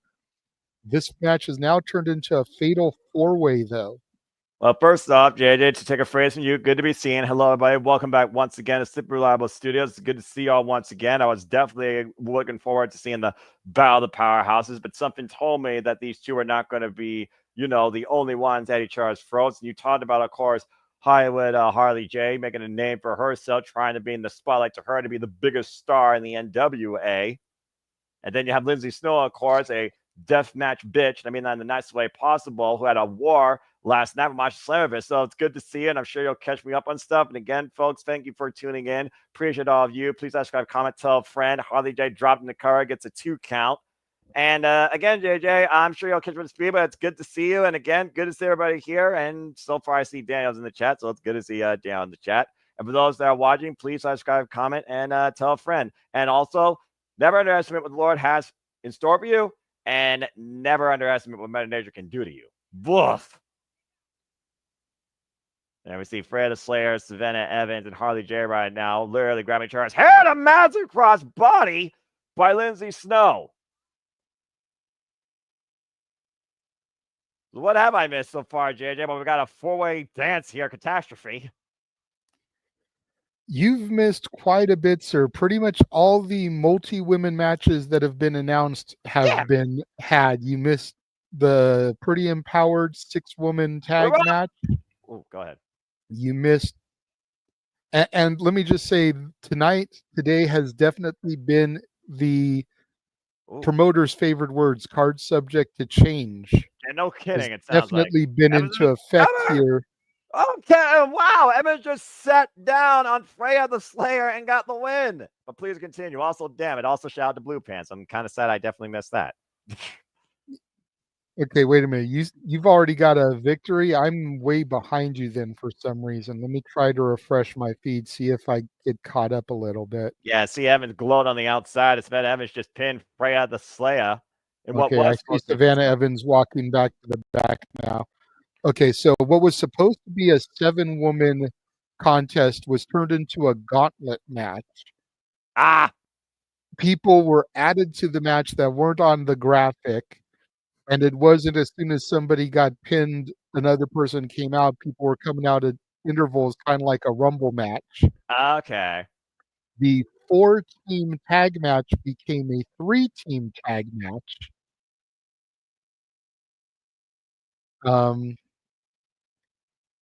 It's just been crazy. I've been trying to keep up with stuff, and I feel like I've been doing an all right job. I feel like I could have been doing better. The way people are listed on graphics are not the way they, like it'll have people's names and it won't match up to who they are on the graphics. So jeez. I was calling people the wrong name for matches. It's been a cluster, but hey, we're now at the point of the show where pretty much everything is one-on-one matches. We're about to see Izzy Moreno defend her Mission Pro Championship against Carolina Cruz, everyone's BFF. Yep. She wants to be everybody's friend, but Carolina Cruz is looking to be her worst friend ever. Carolina Cruz, by the way, also with 1 year wrestling experience, comes to us from Women of Wrestling, also known as WOW, and I believe is also a WWE prospect in NXT. And to your point, there is Bailey's favorite buddy, Izzy Moreno, the current Mission Pro Wrestling champion, who, of course, won that title off La Princesa Nueves, and so far has one successful defense against the Mera Mera Fonda Rosa. Izzy Moreno representing the hybrid school of wrestling that trained her and has been the Mission Pro Wrestling Women's Champion now for 169 days. That's another match that has been changed but hasn't happened yet. Dream Girl Ellie has now been removed from the triple threat that also involved Zaya Brookside and Gemma. Is now being teamed with La Princesa, and they're taking on somebody that wasn't in either of their graphics. So I don't remember exactly who they said that they're going to be fighting. Okay. But like I said, card subject to change has definitely been the phrase of the day here. This show was supposed to begin at 1 Eastern, 10 Pacific. It began at 12:30 Eastern, 9:30 Pacific. I think they realized that with as many matches as they had announced, they needed more time than was allotted. No kidding. I think that's why those 2 singles matches just got turned into a fatal 4-way. You know, there's a lot of chaos going on, but this is a match that I was thoroughly looking forward to, as we called Izzy Moreno defeating La Princesa earlier this year at Mission Pro Summer 11. This is the first defense for her that we've been able to call. Yeah, She's exactly. defended it a few times throughout the indie circuit. She's offering Carolina Cruz one of her BFF friendship bracelets. Bell rings? Yeah, I'm just about to see the bell ring here, and Izzy Moreno in the purple and orange and white, to your point, with friendship bracelet. Shades of Orange Cassidy. So, yeah, again, when it comes to these first-time experiences of Wrestlecade, I mean, this is what happens, folks. It looks like Carolina Cruz likes it. Look, it's a nice smile. Is she going to actually put it on her wrist, or is she going to break it? Come on now, Noah. She's a heel. What do you think she's going to do? I mean, you know, sometimes just, the benefit of the doubt. Let me know when they lock up, because I got a little ahead of you. No worries, pal. And again, JJ, it's an absolute gratitude, pleasure to call these shows. And I look forward to calling more title match, independent wrestling stuff with you going forward. Call on time here. And right now, both these women locking horns, preferably. Izzy Moreno push up against the ropes, and Carolina Cruz right now trying to take control. And again, a massive opportunity here. Both these women cover in the genesis of their careers, by the way. And again, Izzy Moreno, not even 18 years old yet. Yeah, that's still crazy to think about, man. Izzy Moreno, only 17 years old. And those of you like Noah, like James, that go back to the black and gold NXT, Noah's NXT, remember Izzy as the Bailey superfan who used to attend every show watching her favorite superstar. Nice head scissors. As Bailey began her career within WWE to the role model that she is today. And now here's Izzy Moreno in the ring, living her dreams, going toe-to-toe, defending her championship against Carolina Cruz. And we are being joined now by Mr. Reliable, Walter Cruz. What is going on, Walter? Good to see you here in time for this first championship match of the evening. You're right. Been trying to get Noah caught up. Card subject to change has been the phrase of the show, sir. So much stuff has been changed and adapted. We've had singles matches turn into fatal 4-way matches. Teams missing from matches. 7-person encounters turn into gauntlet matches. And now we've got this going right here. You did say that was going to happen. You even talk about that suddenly possibly happening. That's Andrade Tigger there by Izzy Moreno trying to fight back. There's a snapmare. And Walter Cruz, good to see you as Izzy's trying to fight back. Elbow to the back. I'm not related to Carolina, by the way. I'm about to say, no relation with the last. Wouldn't be mad if you were, bro. I mean, I know you, and I know the women you like, and she definitely looks like she would be right up your alley, bro. You're right. Tommy Armbreaker trying to be applied here by Izzy Moreno. There you see Carolina Cruz locking the wrists, going for a submission here. But go ahead, Walter. Go ahead and speak while we got a moment. I'm just happy to see women's professional wrestlers. Like, were there travel issues? Or I like don't what? know. No I idea. don't know if But there were think travel of it. issues. I don't know if maybe people got injured on other cards that may have been happening within the North Carolina area of Wrestlecade Weekend. That's fair. You know, you think about how, like, when Well, WrestleMania takes over a city, you know, wow. promotions book the Whoa, area to man! try to make the most of the talent that are going to be in the area and the fans that are going to be in the area. So who knows what wrestling promotions ran shows Friday night and Saturday night that weren't the Wrestlecade Super Show, that weren't TNA Turning Point.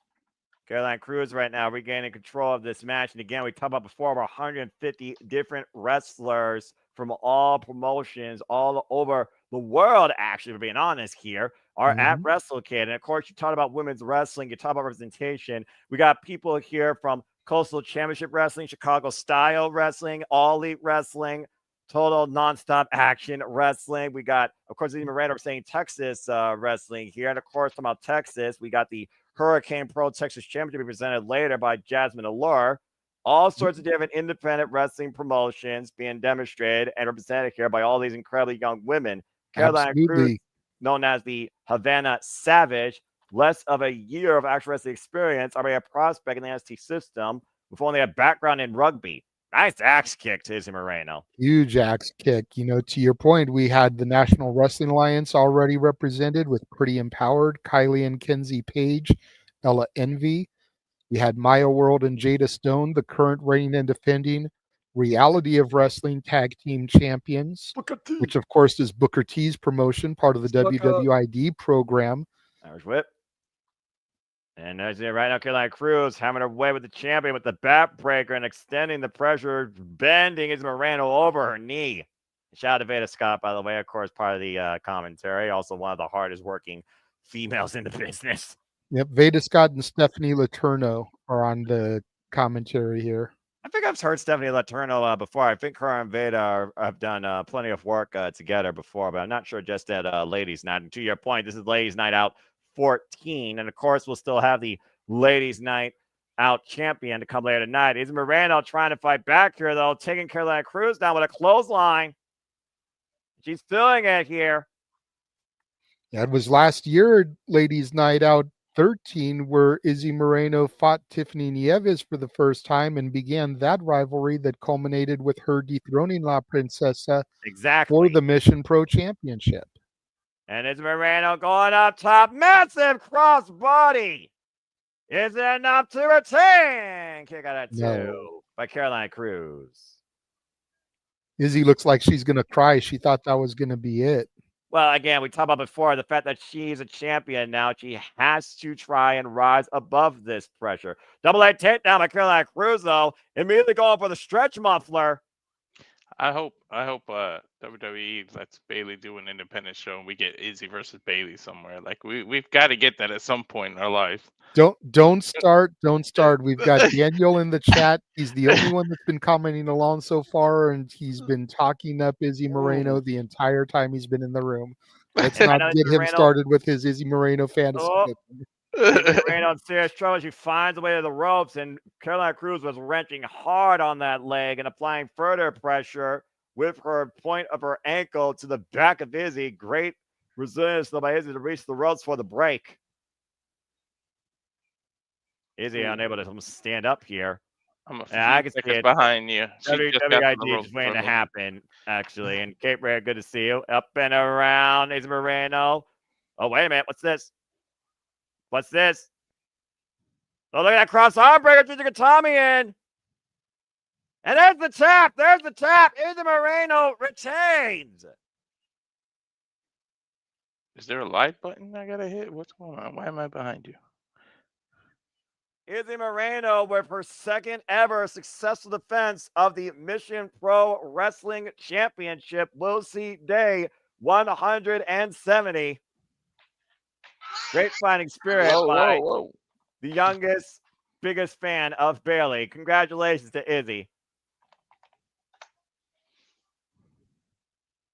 But I mean, hey, first time ever I saw Caroline Cruz, I gotta say, not a bad showing. She's definitely got a strong attitude, and again, over time, you're going to continue to grow. And I thought that stretch mupper was very well applied. If she would have applied it just a little bit more and pulled Izzy back towards center, there very well could have been a new champion.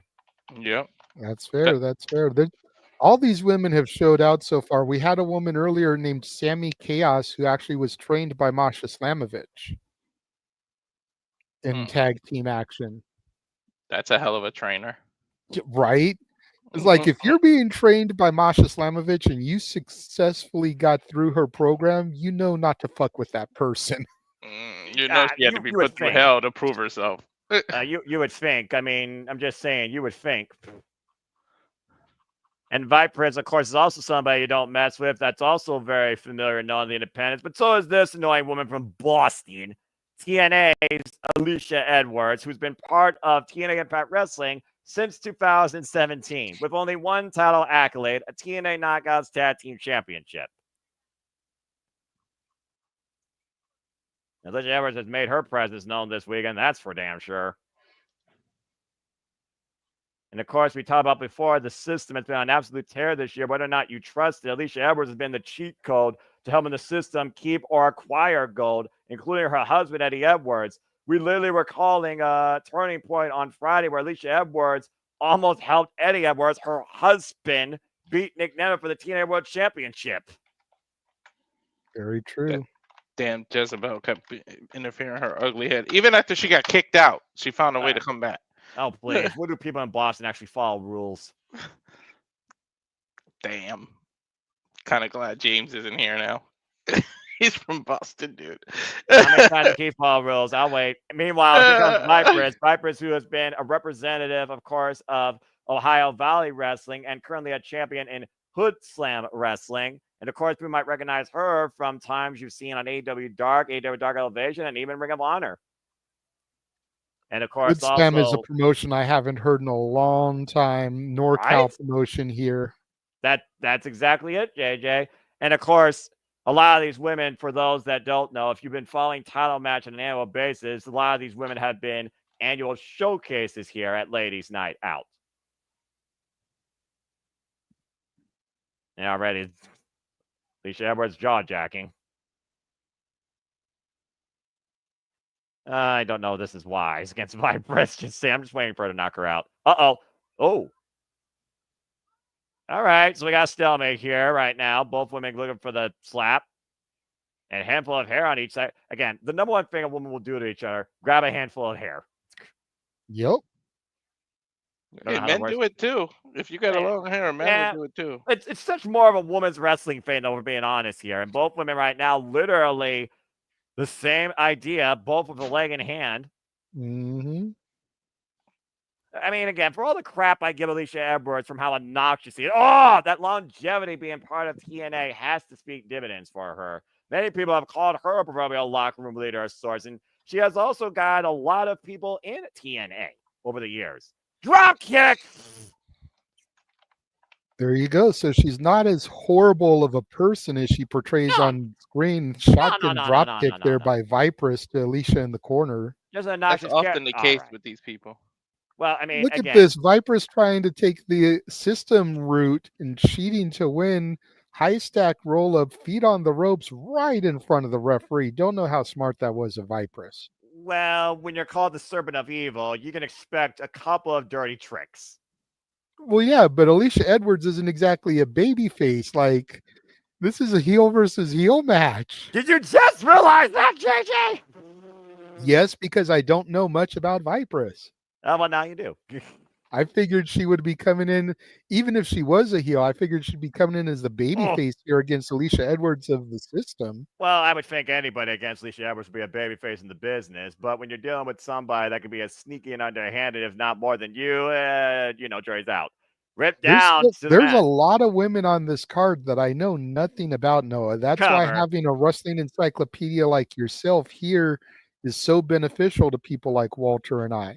I apologize for not being here sooner, but prayers over passions. And if no, nothing totally else, understand. You got to get right with God, especially at the holiday seasons. And again, the beauty of wrestling is sometimes you don't necessarily need to know everything. You're just happy to learn anything. And women in wrestling, Absolutely. And of course, women in wrestling, I think about Stardom, of course, and their Dream Kingdom coming out. Saya Kamatani versus Tam Nakano. We got Mariah May versus Nina Shirakawa for the AEW Women's World Championship. And freaking winner is coming. You wonder now when Rosemary is going to show her hand and challenge Massa Slammers for the TNA World Championship. And of course, right now, we still are looking to see if Billy Starks will be the final undoing of Athena. Boots right now and driving her foot into the side of the head of Vipress in the corner. Could Rosemary play a factor in Masha's match later on tonight with La Rosa Negra as a way to kind of help fuel their story in TNA? I mean, there's a big possibility, but La Rosa Negra and Massa Slammers, they're also no strangers to each other, including at Ladies Night Out. The last time that La Rosa Negra faced Massa Slammers was 2021, and she won. Ooh. But then again, Masha wasn't the competitor, the champion that she is today at that show. No, again. It'd be a huge reversal of fortune. But if La Rosa Negra can once again upset Masha, all right, what does that do for her career? Does that put her in line for a title shot? Does TNA bring her in? Cover. The 1 count as she was dribbling Vipress like a basketball. A great head scissors reverse lock there. Shades of Stephanie Valkyrie. And it's like I said, when you beat a company's champion, I think that puts you in line for a future championship opportunity, bar none, because you demonstrated something that nobody probably would expect, especially when it comes to the actual name value of TNA. And right now, Vipress, though, as Alicia's turn, remind people to trust the system. Alicia might not trust where she is right now. The electric chair, drop down.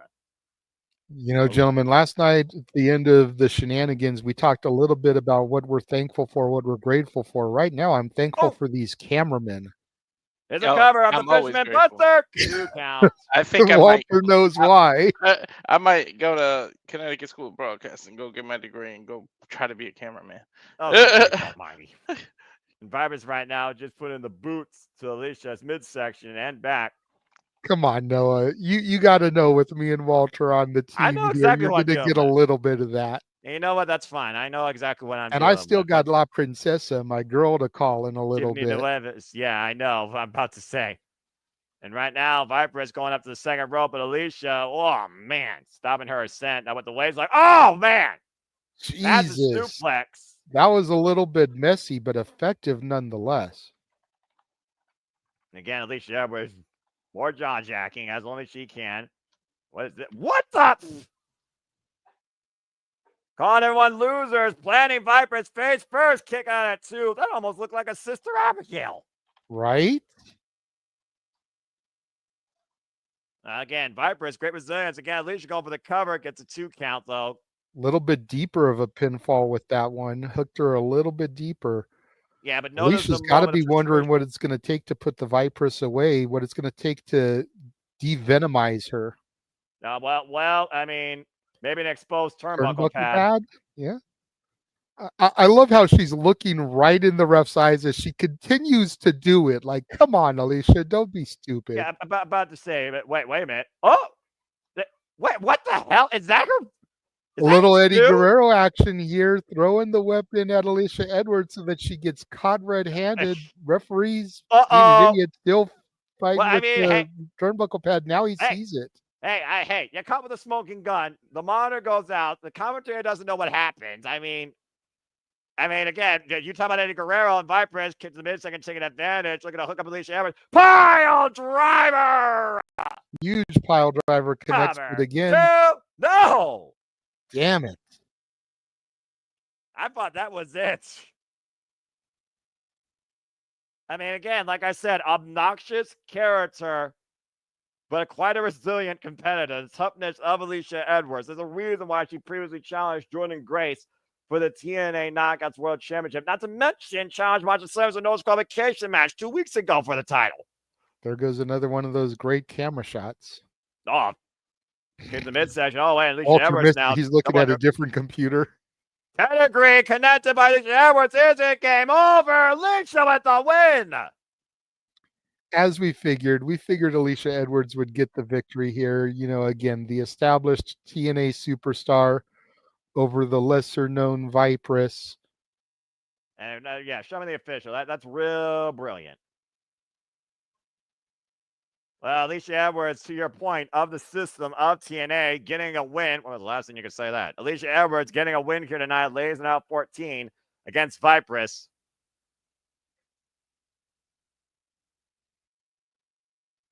And to that point, like I said earlier, the experience, not just the name by where she worked, but the experience of Alicia Edwards coming and play in the end, beating Vipress. I mean, again, try to outsmart a crook, it doesn't always work. It's like Adam Cole trying to be a bigger devil than the devil himself. It just doesn't work. No. Great effort, though, by Vipress. I was thoroughly impressed, especially with as little experience as you said that she had.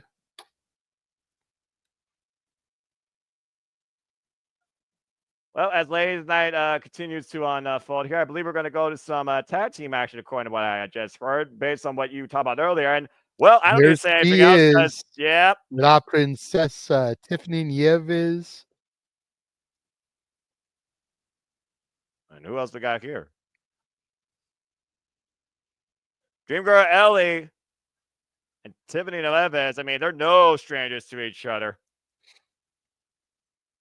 Yeah, again, Tiffany Nieves was supposed to be fighting Christina Marie. Dream Girl Ellie was supposed to be in a triple threat with Zaya Brookside and Gemma. Not sure who that is accompanying them to the ringside area. But again, card subject to change, promoter's favorite phrase. Now we've got this impromptu tag team match. And again, Tiffany Nieves, of course, looks like she's currently holding a piece of gold right there. Tiffany Nieves will be facing the Taya Markova of the NWA inside the first ever women's steel cage. Dream Girl Ellie, by the way, no stranger to anybody that's watched ROH or AEW Dark and Elevation. Young prospect of the industry, 6 years in the game. Works mostly out of Coastal Championship Wrestling and is trained by Matt Sydal. And here is Kelsey Reagan and Devlin Macabre. Macabre. Oh, Macabre, excuse me. I was looking at the BRE, so again, no, phonetics. It's okay. Yeah, it's macabre, as in gore, violence. The macabre. They look like they're a cohesive unit just from their attire. They look like they're all about that dark, violent nature. After dark. Definitely an Albafire Isla Dawn style of presentation here with these two. Be curious to see what they bring to the table. Dream Girl Ellie I've seen once or twice, but not extensively familiar with. Tiffany Nieves, of course, I am the most familiar with. To your point, National Wrestling Alliance competitor. Cost Natalia Markova her opportunity at Kenzie Page at the last show. That's how we're getting the first ever women's steel cage match in Alabama history at If Looks Could Kill. And once that episode of Power airs, we will be doing a watch long of it, as Natalia Markova is a favorite of James's and La Princesa is a favorite of mine. I have a feeling that I'm going to be... talent, Reality of Wrestling talent, former Mission Pro Wrestling champion, the person that Izzy Moreno defeated for the title. Right. Looks like we got Dream Girl Ellie, and I'm not sure who that is for the other side in to start us off, Noah. Good cartwheel escape. That's Reagan. That's Kelsey Reagan right now. Okay. Reagan with great cartwheel escape in the hammerlock right now. So Reagan is the redhead. Yep. Great trip up there by Dream Girl Ellie. And again, Macabre, Devlin Macabre is the blonde. Correct. Kelsey right now, possibly looking for a submission reversal. Pressure shoulders down. Get a 2 count. Great reversal there by Dream Girl Ellie, catching Reagan off guard there. Dream Girl is part of her nickname. Whoa, man! Flying uppercut, slid on that one. Gets only a 1 count, though. Surprising. Reagan, of course, I'm sure is a reference, considering their gothic gimmicks, to The Exorcist and the child who was possessed in that movie. Irish whip now, double team attempt here, taking down Dream Girl Ellie. There's a cover there by Macabre and gets a 1 count again. And again, to your point, the former MPW women's champion, La Princesa, really been making a name of herself in NWA at the expense of Natalia Markova. Chop block applied by Dream Girl Ellie. Tap made to Tiffany Nieves. Well, again, man, if you're going to establish yourself in a company, you got to go after one of the top stars. Natalia Markova has had multiple opportunities for the NWA Women's Championship. So Tiffany Nieves, who's only been in the company for less than a year, that's a great way to establish yourself as a dominant presence. And defeating somebody that is a favorite of Billy Corgan's in a steel cage later on this month is a great way to end your 2024 and start off your 2025. And I don't say a favorite as in favoritism, but if you see Natalia Markova is one of the talents that generally comes with the Pumpkins on tour as a way to cross-promote NWA with the Smashing Pumpkins brand. And McAvey bringing up Tiffany, taking her down. Great offense here. There's a cover, hook of the far leg. It's a 2 count. Deep hook of the leg there, and Dream Girl Ellie almost had to come in to save her partner. Macabre trying to get the fans into this. Whoever that is on the outside just attacked Macabre, though, as she went to bounce off the rope. Well, you already knew that was going to be a factor. I mean, how many times has the number game not been a factor? I mean, we saw the freaking Andersons have the Anderson fan reunion freaking last night, and that played their advantage. Now we got a double team effort here. And now Kelsey Reagan trying to come to the other partner. And again, keeping the official at bay is Dream Girl Ellie and their entourage. Tiffany trying to bring her back inside the ring. Hook on the far leg. It's a 2 count. Kelsey taken down. Cheap shot there by Tiffany. You know, I'm a little bit surprised they didn't try to book Samantha Irvin to be the ring announcer for this event. The only men I've seen on this entire show is the African-American referee that was in the last match and the ring announcer. Everybody else has been women referees, women commentators, and women wrestlers, of course. No representation. Oh, man, driving that boot in the side ahead of Devlin. But I'm a little surprised they didn't try to tap Samantha Irvin, Jade Chun, or any of the other women that we knew were there to be the guest ring announcer for this show. Well, again, I think a lot of this, like you said, cards are to change. There's probably a lot just, developed on the fly, for being perfectly honest here. They probably didn't think about that. For all we know, those other women you were talking about, other obligations. I know that Jay Chung, for example, they're probably already traveling on to the next destination for Impact Wrestling. They're on the road to Final Resolution. The last stop of TNA's 2024. Nice German suplex there by Neves. And at this point, Devin McCobb definitely needs to make a tag to Kelsey, but right now Devin is trapped in a submission hold here. Tiffany Nieves just laying that pressure in. The smaller of these two competitors, but you cannot count out the core strength of La Princesa. Yeah, Tiffany Nieves gives me a lot of Tasha Steele's vibes. They're putting in Walter Cruz, no relation, metaphors here. A lot of maybe Jada Parker vibes here. She got that aggressive attitude. Take no prisoners. Make it all about yourself. And a similar style. I don't think Tiffany Nieves has a background in volleyball, though. No. Nice kick, though. No, Devin but she is a cancer survivor, which just makes her double tough. Wait a minute. Whoa, man. I thought she was going for a DDT and turned into a satellite suplex.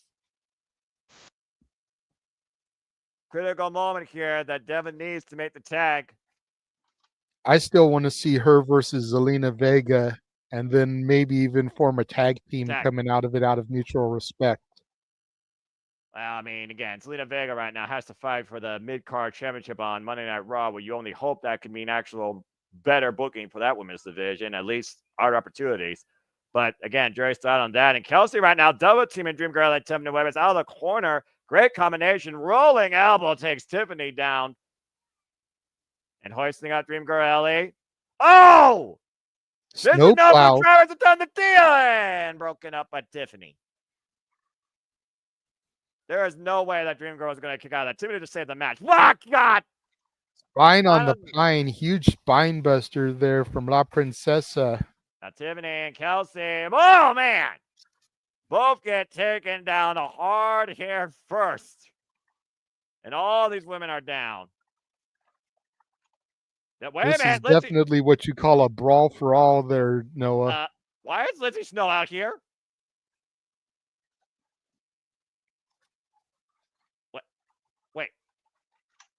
Wait, Hollywood Haley J's back there. What the hell is happening? I think Hollywood Haley Don't Jade know. trying to run for her life from Lindsay Snow, and now she's like, oh, okay. That Haley, I you're love not in this Hollywood match. Haley J. She is so dramatic. She's not in this match, though. What the hell is this? Method acting? Well, Lindsay Snow is apparently not a fan of it. I mean, you said it before, Lindsay Snow and Haley Jade have been out of charge for this entire show. They were supposed to have a one-on-one contest. Ended up turning the last match into a fatal four-way with their brawling. Oh, no. And here they are here. Again, I think this is just a way to establish Hollywood Haley J as a major name in pro wrestling. Well, Huge snap suplex there, German style from Dream Girl Ellie. There's that shriek by Dream Girl Ellie looking to be that girl's nightmare. Oh, no! I think she just caught. She totally did. There's a roll-up by Devin. Referee, wait. That's why she's not legal. There's been so much chaos, I forgot Tiffany is actually still legal. And somehow that girl that took the drop kick, the referee's lost all control. There's no rhyme or reason here. And there goes Lindsay Snow and Haley J backstage. It is chaos. Oh! The mist just catches her partner. Macabre just sprayed with the mist by Reagan. And eats a boot for her trouble. Tiffany is legal with Devin. There's the roll-up. There's the win. There we go. La Princesa and Dream Girl Ellie with the victory there. Well, what's going on, Matt? Good to see you in the chat room, along with everybody else, Cape Rayer, Daniel. Yeah, I think that this has been a whole ploy to set up Hollywood Haley J as a huge name to watch in wrestling. It all started with the Wrestlers TV series on Netflix that chronicles OVW. She was one of the people that was majorly featured there. She debuted at the NWA 76 show and is now making a presence for her in the NWA, step up from OVW. And now she's been featured heavily in 2 matches here. I think this is all being done to establish Hollywood Haley J and really bring eyes to her in the world of professional wrestling. Well, speaking of eyes, let's go ahead and talk about something that has brought eyes to women's wrestling, including from Mission Pro. The most she started, she defends for the first time ever the Riot Cabaret Women's Championship. She won from Nina Samuels. It's La Mera Thunder Rosa versus Chicago's Missa Kate. I'm just saying, they all got my eyes. Missa Kate, of course, straight out of the Chicago area, has already got wins over the likes of Megan Bain.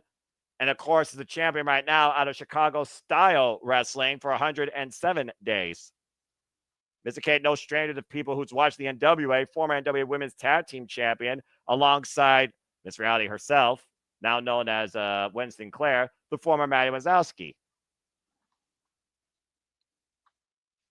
Been a while since I've seen Missa Kate. Also, previously was involved also in AEW, Dark and Dark Elevation. A couple of times they've gone to Chicago. I've seen her also involved in women's matches.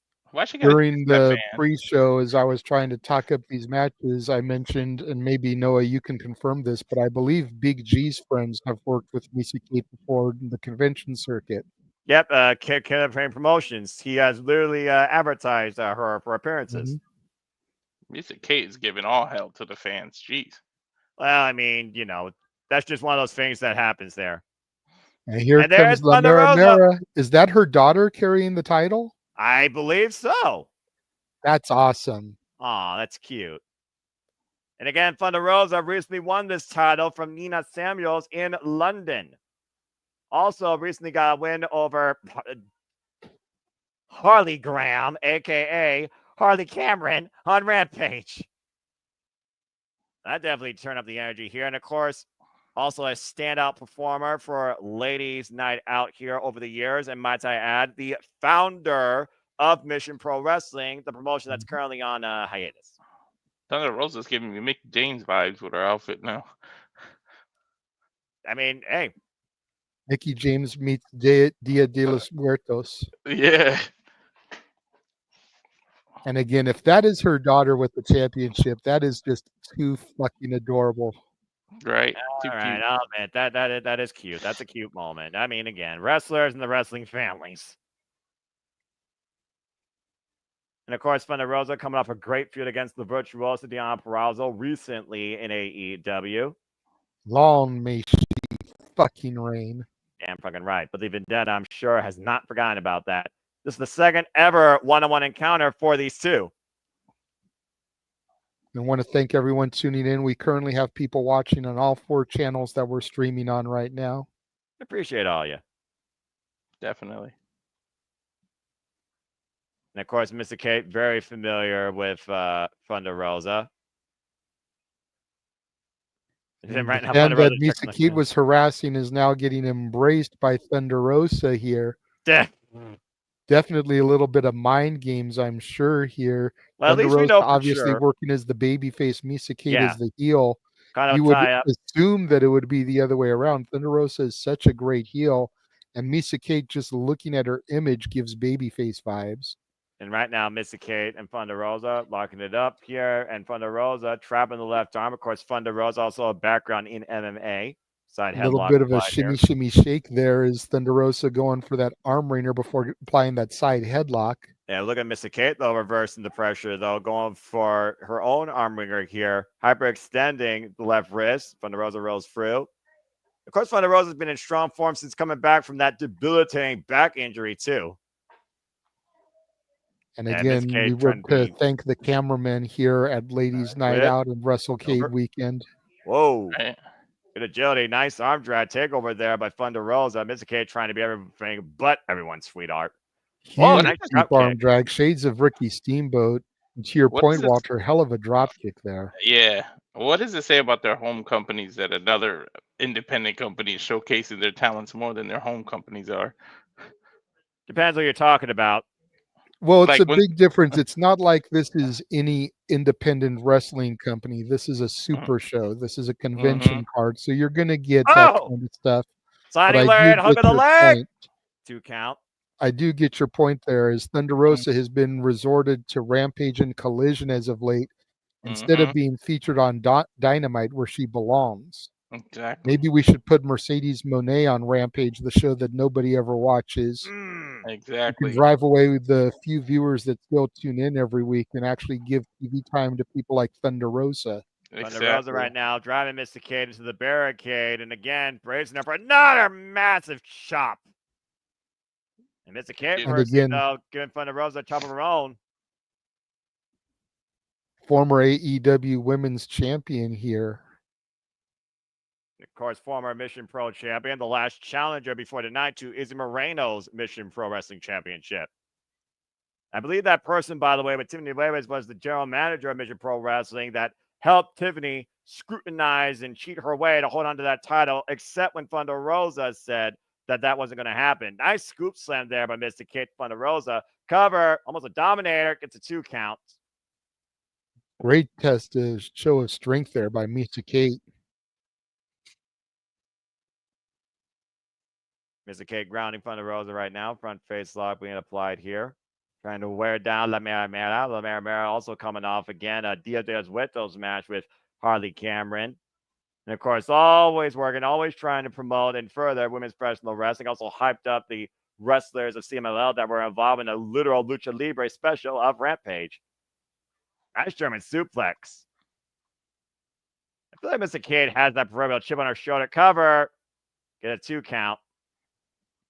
Well, I mean, again, Misa Kate, for lack of a better phrase, is the lesser known talent here. So she's got something to prove against Thunder Rosa, the established name, the AEW superstar, the champion here. What?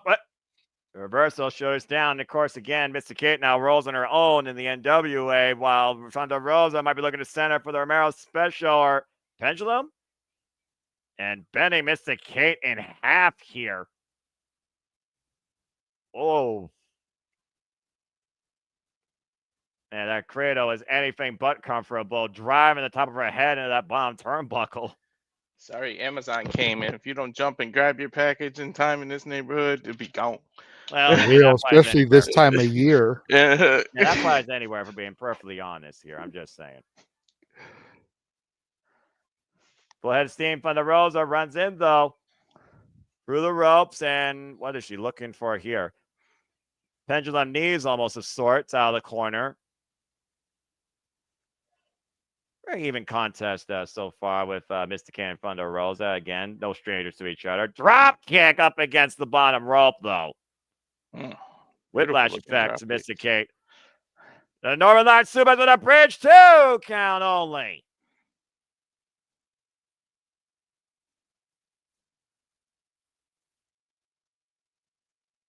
I wouldn't mind seeing Mr. K challenge Kenzie Pace for the Burke. To your point, Kenzie Pace has been dominated. Whoa! And a low blow. Yeah, I really thought this last match between Kenzie and Natalia Markova was going to be the title change, but La Princesa had other things on her mind. Whoa. That knee. Low blows work for men and women. Going for a cover up off blades, gets 2.5. Hey, some women got bigger balls than men. I'm just saying. This is accurate. Especially women involved in MMA and sports and wrestling. I mean, just ask Thunder Rosa, just ask me, Tony Storm and Mariah May. They literally went for kicking the V, and they still fought on it. Probably what is still my women's match of the year. And Mariah May now has to, oh man, big high kick by Thunder Rosa. Fight Mina Shirakawa. Winner is coming. Might be looking for that package pile driver. Mr. K reverses though. Front face up. Whoa! Nice swinging net breaker. Twist and shout. She hits the Roach Tanahashi. Here's the cover. Hook up both legs again and nearly got a new champion. Is there no DQ or like the ref is just whatever, letting stuff slide? Well, ref is being liberal because it's a championship match. I think he wants there to be a decisive victory here. Well, I mean, also the title's called Riot Cabaret. That to me just sounds like, oh wait, the roll-up, schoolgirl. That just sounds like to me a traditional title. Nice throw up here by Mr. Kate. Hooks the near leg for a 2. And again, both these women in jumper position. Could have a sudden pinfall anytime. There are 2 count for Thunder Rosa. Mr. Kate with the waist lock. Might be looking for the Akana roll through. Cover 2. No. Woof. Kate got launched. Mr. Kate almost had it there. Kick. Cazador. Oh, man. And the double stomp. Great combination by Thunder Rosa. And What are we looking for here? That's the submission. Mr. Kate immediately tapping out on that submission hold. Unique submission. Well, again, your winner and still champion, La Mera Mera Thunder Rosa. Referee looking like Sean Astin from the Goonies here.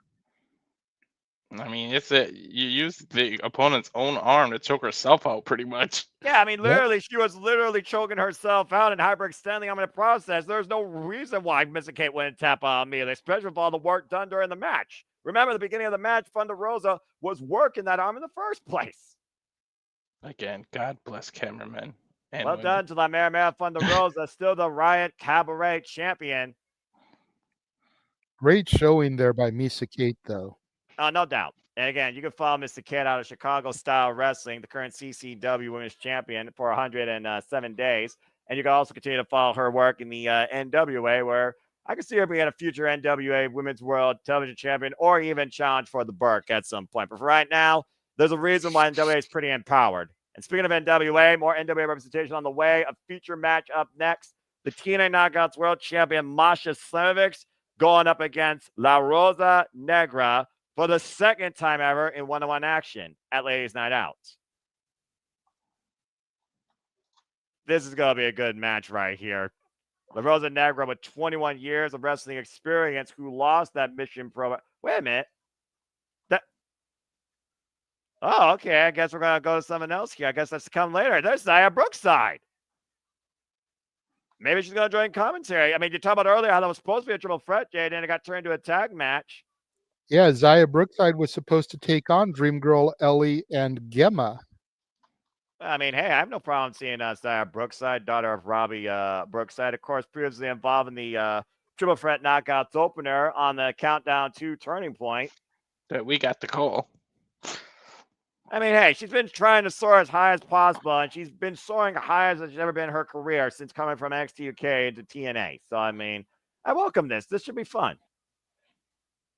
So, this is Ladies' Night. What Hello, Governess. How did they not use that as their theme? Tell me they did that. And let's keep in mind, guys, this is also going to be a great scouting for Xia Brookside because she's seeing the TNA Knockouts World Champion in action. Yeah. And here comes the challenger, La Rosa Negra. Rosa Negra, former Mission Pro Jesus. Wrestling champion. It's a Sunday, girl. Stop working the Or- pole like that. No, don't Jesus. stop at all. Former It is a Mission Sunday. Pro. There are kids in the crowd, Walter. Come on. Ain't my kids. Dale la Rosa. It's up to the parents to edit their kids. Look. Watch I am all that. about women shaking what their mama gave them. But at the same time, let's be a little bit alert and aware of the That's crowd. True. That's true. I mean, she's all about entertaining, but she's also one of the most complete athletes in that ring. The Rosa Negra, former Mission Pro Wrestling Women's Champion for 316 days, only to lose that title to Jazmin Allure, a 21-year veteran of the business who last faced Masha Slamovich at Ladies Night Out in 2021 and won. I mean, the timekeeper got a good view. The cameraman got a good view. Sheesh. Want to address this real quick, Jaden. Apparently, you're new to the channels. First of all, thank you for joining our presentation, but we never share the video because we don't want to get pinged for copyright issues. However, if you go to that website right there, that is where you can view the action and watch along with us. Hence, a watch along. We are giving our live reactions and additional alternative commentary to the event, but right there is how you can watch the show. And again, folks, You know, if you want to pay my bills when my YouTube channel gets shut down due to getting copyright strikes, then by all means, we'll share the video. But I don't think you have the money to pay my bills, so not going to have that happen. Good stuff. I don't think nobody does. Masha Slamovich, Here comes the MVP of the weekend, gentlemen. Fighting successfully defending her championship in a 2 out of 3 falls Friday night against the juggernaut Jordynne Grace.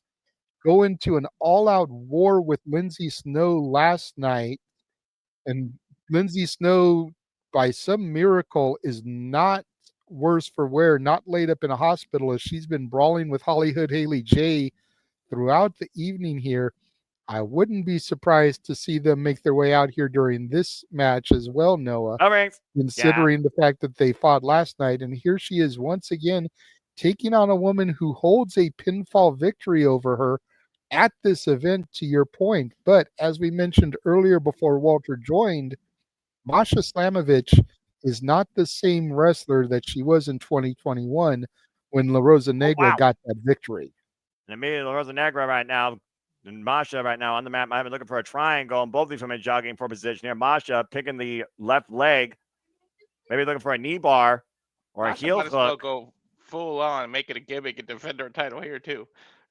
Right? I'm a little bit surprised. I thought that La Rosa Negra would cut a promo issuing a challenge, and especially when Noah told me that she's got a pinfall victory over her. I could have seen her getting a little bit of mic time and be like, look, bitch, I beat your ass once at this show. I want a shot at your gold. I got my own challenge going on, trying to behave with her in the ring. Yeah, clearly. Hey, you never know when Lee is going to come creeping down the hall or sending one of your kids to smack you again, Walter. Don't push it. She's not in a good mood either right now. See? Rosa Negra and Masha Slamovich in a test of strength here in the knuckle lock.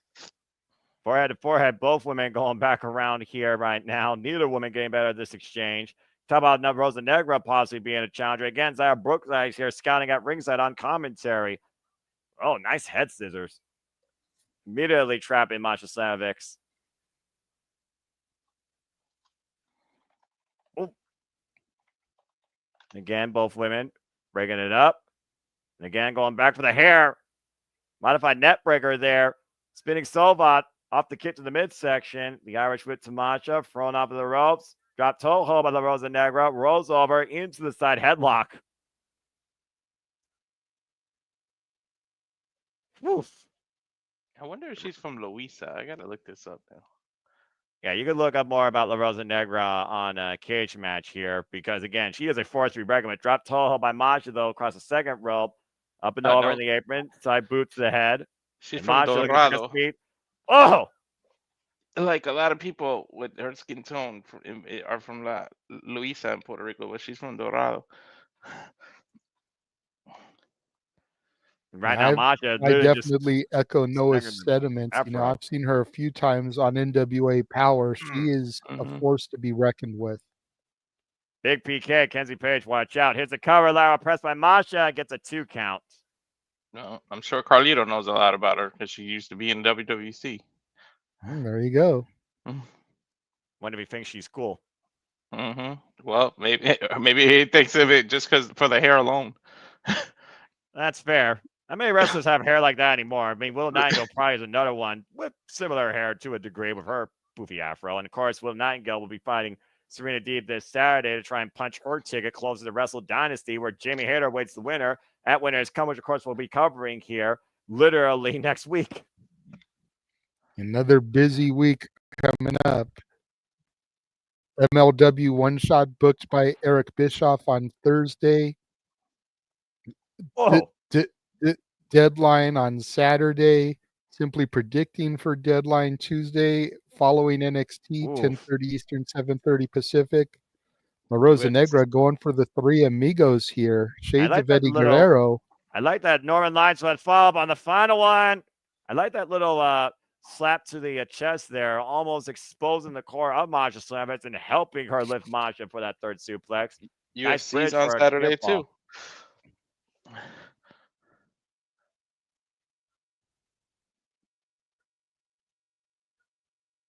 And right now, again, we talked about interpromotional representation here in these matches and at Ladies Night Out. Masha Slamovitz, Brookside representing TNA, and of course, La Rosa Negra representing NWA. Yep, owned and operated by Billy Corrigan from the Smashing Pumpkins, for those of you that haven't followed the NWA lately. Nice flapjack by La Rosa Negra, falling up here. Big jumping drop kick. Almost a hesitation drop kick of sorts. NWA having a resurgence of lately, kind of getting into the streaming game. They lost their CW deal, unfortunately, when NXT crossed the line over there. But now their shows can be seen on Twitter X every Tuesday, 6:05 Eastern live, just as if it was a traditional NWA Crockett promotion. Get that 05 start time. Very reminiscent throwback of those old days. Whoa. The hell is La Rosa Negra doing there? Looked like she was having a seizure before dropping that elbow. The far leg. Yeah, but I don't even know what to call that besides the freaky elbow drop, and then it covered over the hook of the far leg and gets a 2 count. Rosa Negra again. She's a little bit of a wildcat in that ring. Now taunting Masha. She is. Calling her a wildcat, I'd kind of like to see her go against the wild child, Jody Threat. It wouldn't surprise me she's already faced her, but I haven't looked that far in my history. But I can't recall also La Rosa Negra facing Jody Threat, so I have to look up that match now. Thanks for that. Able to skip out the back door, looking for a backslide by Masha. Gets a 2 count. Oh, looking for the inside cradle, roll through. Meanwhile, Lara press, look at the leg, and 2 count. Both women meet with an elbow. And both men with a high kick. Looks like your brother's popped into the chat here, Walter, saying you doing UFC Saturday? Oh, yeah. December 7th. Yep, UFC. He's the one that made you wear the bunny costume last night, right? Yep. All the content. If you missed that, go back and watch the Saturday Shenanigans on demand. Check out Walter have to put on the Christmas Story bunny onesie due to a super chat from his brother, Nestor. That broke Good to James. see you in the chat again, Nestor. Yeah, good to see him. That broke James in the process, by the way, here. The Rosa Negra right now. What doesn't break James? Let's be real. He breaks easier than the rest of us.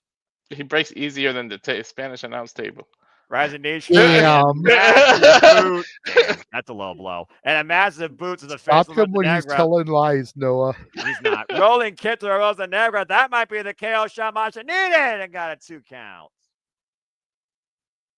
Woo. And still La Rosa Negra is somehow in this bout. Masha looks like she's saying that's it. Again, did she figure out what it takes to put down La Rosa Negra? And it looks like she Looks like might be she's looking at hooking that her up package for pile that package driver. pile driver. Again, though, the weight, though, of La Rosa, though, and also leverage. Stomping the foot. Big super kick by La Rosa creates separation. Rocking the champion. Another super kick by Samaja to the rope. Bringing her in. Beautiful scoop slam. Using Maja's own momentum against her. But she's taking too long. She should have gone for the pinfall right there. Even if she hadn't got the 3, it would have been an exertion of energy to make Masha kick out there. Then you could follow up with this top rope maneuver, but she took too long. Masha able to recover, get back to her feet. Ooh. Massive Veal ripping La Rosa Negra down from the top rope by her hair. Spinning back heel kick. Masha rocking La Rosa Negra. Pile driver follow up. That's got to be a cover. 2, and Masha with the win. Masha Slamovich is undefeated this weekend. 4-0 technically because it was a 2 out of 3 falls match against Jordynne Grace. Yeah, but again, what a match once again brought by La Rosa Negra to Masha Slamovich. Really testing the TNA Knockouts World Champion. I'm sorry, I'm laughing at my brother's comment. He said the weak table. Isaiah Brookside. Yeah, Isaiah Brookside watching the TNA Knockouts World Champion in action, JJ. I think Zaya wants what Masha was just bringing forward here, sooner rather than later. Well, I mean, if you're not in the game to be champion, then you need to get out of the game. You also can't be intimidated by who's champion. Masha immediately just walking away. So look back at La Rosa Negra. Masha proving herself this week, like seriously. Still, great women's contest though. TNA is gonna take full advantage of that too. Like she's gonna have one of these historic runs. I see it coming.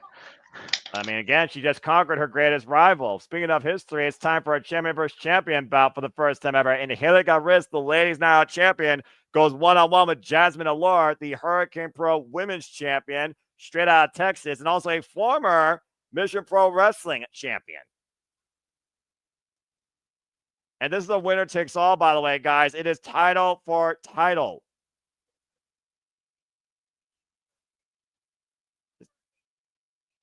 Jazmin Allure, the champion for Hurricane Pro, 4-year experience, has been champion now for 435 days after beating Danny B, with 1 successful defense so far in Need for Rain. And of course, a very familiar name, not only to NWA, she has been heavily seen in the past on Ring of Honor and AEW, also back in the Dark and Elevation days. I guess dropping the title shows how much she cares about the championship. It was an accident. You saw her facial reaction when it happened. Yeah, right. He wasn't trying to be disrespectful, even if she is the heel here, which we're not sure quite yet. But yeah, I think both are. She's definitely got an aura of heel, the way she's jaw-jacking with the crowd.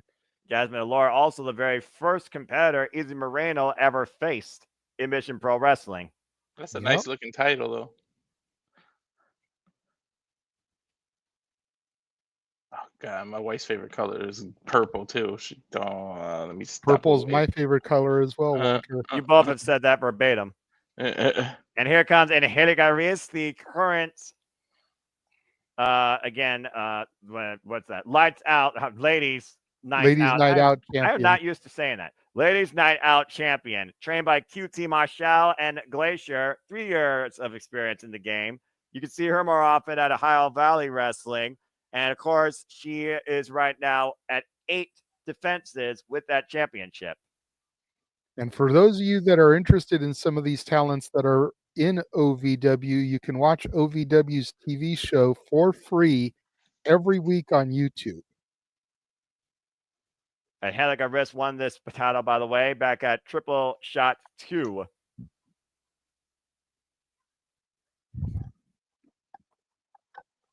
And Zaya Brookside, I don't know if she's staying around on commentary or she just left. I guess Zaya's going to stay around and see what maybe happens. Maybe Zaya can, put her eyes towards more gold here. Well, let's not forget, unless the card has drastically changed, we still have Xia Li representing TNA that's going to be fighting. And then, of course, Jordynne Grace in our main event. So Zaya Brookside being ringside here for these last couple of matches definitely would behoove her to scout some other TNA knockout talent. Of course, we've seen Angélica Riss across TNA, ROH, AEW. I don't think I've seen her in NWA, though. Very familiar game with a very combustible attitude. Demonstrated that against Athena in a Proving Ground match. Again, this is winner take all, title for title, the Ladies Night Out Championship and the Hurricane Pro Women's Wrestling Championship. Nice titles, by the way. A similar build here, similar heights, it looks like. This is going to be a very even matchup. Experience, again, literally less than a year difference.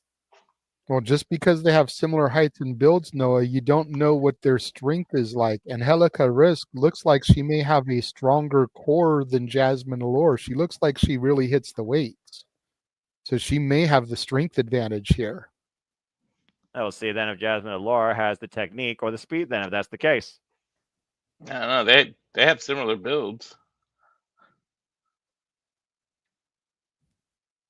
And of course, every time Ladies Night Out is showcased, this title is defended. Caught a little tie up. Oof. Jazmin Allure pushing Angélica Riss up against the ropes right now. Good lockup here. Very stiff lockup. Good grief. And we talked about before the strength. You don't necessarily the strength that you are dealing with. Again, this is the first time ever one-on-one encounter. What is the crowd chanting that Allure keeps covering her ears? I'm watching it on mute so that I don't have that in my ear and us. I don't know. I have the volume turned down very low, but I do have the volume up, but I can't hear the crowd audibly. I think they're just trying, to egg on the chant. All right. Well, that was weird. Little hippie shake there and booty pop in from Angélica Riss. Open palm strike. Walter's reaching into his pocket for the singles now. Golly. All right. Now we got some stiff right hands to the open chest area. The only thing I can think of is from Toy Story. I'm a married spud. Oh,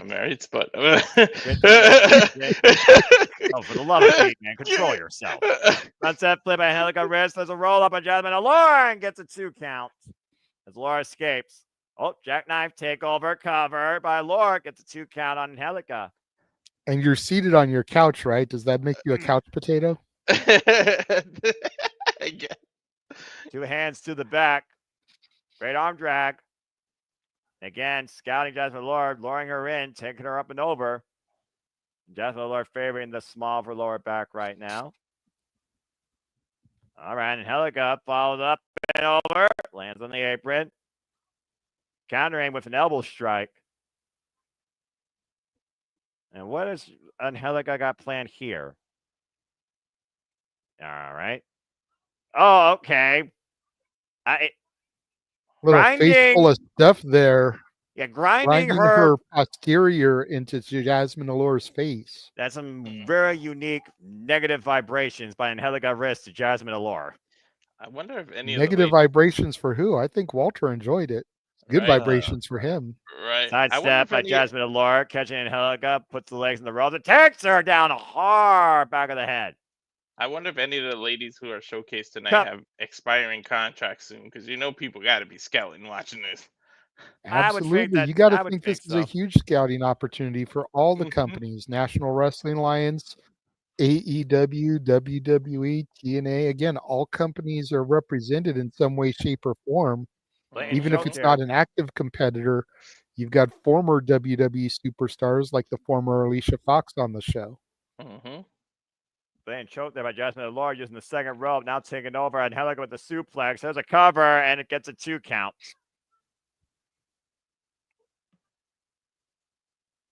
There's a such thing as tryout matches without actually trying out for the company. All they every got to do is watch the tape. Every match in the business that you're in is a tryout, whether you're already in a big company or not. No match should ever make you feel content or that you've peaked or made it. hard whip down by Jazmin Allure and Angélica wrist. You notice, by the way, in that last cover, she was pie-facing Angélica wrist, adding even further insult into figuring that she was going to beat her at that point. You know, every professional wrestler's mentality is trying to outdo their last match. You never seem to be satisfied. Every wrestler, yeah, that's a high statement. There's some that I think are a bit more, privileged than they shouldn't be. Face first goes Jazmin Allure into the table. I reworded that every professional wrestler should have that mentality. That's better. Yeah. Jazmin Allure a little bit too arrogant there, and Angélica wrist making her pay for it. Oh, jeez. Just chopped to the midsection. I thought she was going to go for a reverse DDT on the floor, and both these women right now are doing it on the floor. Again, if their count out happens, both women keep their championships, I suppose. I guess. I know. I never understood that, actually, if count outs still apply in a double championship match if both pairs are on the outside. Snapmare, PK, spinal tap kick by Jazmin Allure, going to the cover, a hook in the far leg, and enough air 2 count only. Even if it's just one stays out there, that you win by count out, titles can't exchange, so you just keep both titles, right? I would think. Nice neckbreaker there by Jazmin Allure. But then again, this is Ladies Night Out. This isn't typical, wrestling promotion. Cover, deep hook of both legs, gets a 2 count again. I think if something like that would happen, somebody would come out and restart the match. It's like, no, we're not ending it that way. I don't think Ladies Night Out has a general manager, though, to be fair. I think the wrestlers define that, but I can understand your point. And Angélica wrist at the second row. Oh, man. We should just make it Veda Scott. She's at the ringside area anyways on commentary. I agree. I think Veda Scott's more than capable of doing that, but would you want that headache or, weight? Especially with her law experience. If there's anybody that could do law school better than Smart Mark Sterling in the business, I would definitely want to be represented by Veda Scott. And Angélica wrist taking Jazmin Allure down the hard way. And wrist right now, critical moment, big move out of the corner. I'm not sure if she got all that missile drop kick, but got enough of it. But I think she took more of herself out in the process. And slow to fall up here. Both women are down the middle of the ring. Unable is Angélica wrist right now to make the cover. Great taxing match for both these women. Still, again, very young in their careers. Angélica wrist back up. Blocks the shot from Jazmin Allure. Go ahead, Walter. By the looks of what they're doing tonight, they got long careers ahead of them. Well, I mean, again, it just goes to show the more that you see a competitor, the more potential that you could see them definitely trying to capitalize on. And Angélica wrist just running on Jazmin Allure, taking her down and unleashing a barrage of fists in the top of her head. Jazmin Allure has the look and the build that Shawn Michaels seems to enjoy, so I could see her getting a huge deal sooner rather than later. Big 619 by Angélica wrist. That's why you love shows like this. Showcases like this just prove that all you need is exposure. Into the DDT, using the ropes for additional leverage, gets 2.5. Closest near fall of this match. Woof. I still can't believe she pulled out a 619 a little while ago. And Tiger Fan kick. I mean, who hasn't been inspired by Mysterio? Roll up by Jazmin Allure. Gets a 2 count. Angélica risk. Again, both these women meeting in center. Caught. Oh, jeez. Taken down hard. Look at her leg and get a 2 count. Whipping her down by her hair again. Wasn't that the Edge-O-Matic, Noah?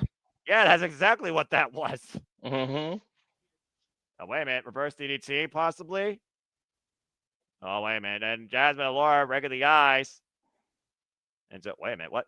Oh, lightning spiral!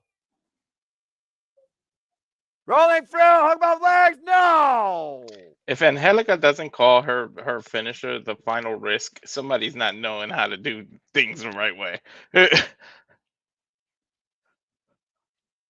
Like, it's like right there. It's written right there for her. Well, I mean, again, not everything has to be, wait a minute. What is Jazmin Allure doing with... She's got the championship belt. That's not even her championship. That's Angélica wrist's championship. Again, oh, no! Ref bump. Oh, well, here we go. Oh, no, come on. No, not like this. Come on. Uh-oh. And Angélica, turn around. Oh, damn. Do we need a ref bump? I mean, earlier we saw Low Blow right in front of the ref, You and he got didn't the call for a bells on the bell. line. I guess that you throw rules out the window. 1, Jazmin 2, Allure 3. is the new Ladies Night Out champion. Ooh. Jazmin Allure did whatever it had to be to walk out still. Freaking Hurricane Pro Texas Women's Champion, and now the new Ladies Night Out champion. Allure believes in the moniker by any means necessary. And she lured Angélica Risk in and caught her face first. Well, damn it. Huge victory there for Jazmin Allure again. Icy Star written all over her. Mm-hmm. And Damn, again, both great those effort. both Great those effort titles by are both. beautiful. And again, great effort by both. And again, keep in mind, folks, next time we cover Ladies Night Out, whether it's next year, WrestleCon, WrestleMania weekend, you might be seeing Jazmin Allure defending that championship now. Jazmin Allure, the new face of Ladies Night Out. Whoever designed those titles needs to WWE needs to holler at them, because damn, the titles you come up with sometimes is just WWE doesn't know how to be creative with champions. Walter, Huh? Jazmin Allure versus Lola Vice. Who you got? Oh boy, put him on Why the you gotta spot. do that to me? I gotta go. I'm with coming, Lola Vice. Elizabeth. You're wrong for that. You know that. You're wrong Right. for that. Am I really though, Noah? Yes, Am I because you're really? you're forcing a man to make a choice between two things that you know he'd rather have swirled together. Mhm. You know this. I rather commentate with that buddy suit on than to have to choose between those two. You may want to shut your mouth before that becomes reality. Meanwhile, please fasten your seatbelts and put your seats in the upright position, as we got Leila Gray about to take flight tonight at Ladies Night Out, representing AEW and Top Flight. And we recently saw Leila Gray nearly take Athena to the 10-minute limit in a Proving Ground match on Ring of Honor. Damn, the hits just keep on coming. Leila Jeez. Gray, of course, out of the New York area, former Ohio Valley Wrestling Women's Champion, also, might I add. And also, JJ, you remember, of course, used to roll alongside that bitch as a baddie.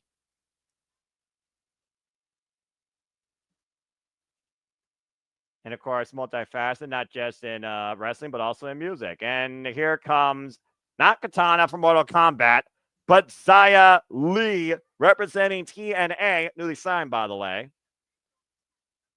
Congratulations. The newest member of the TNA Knockouts division.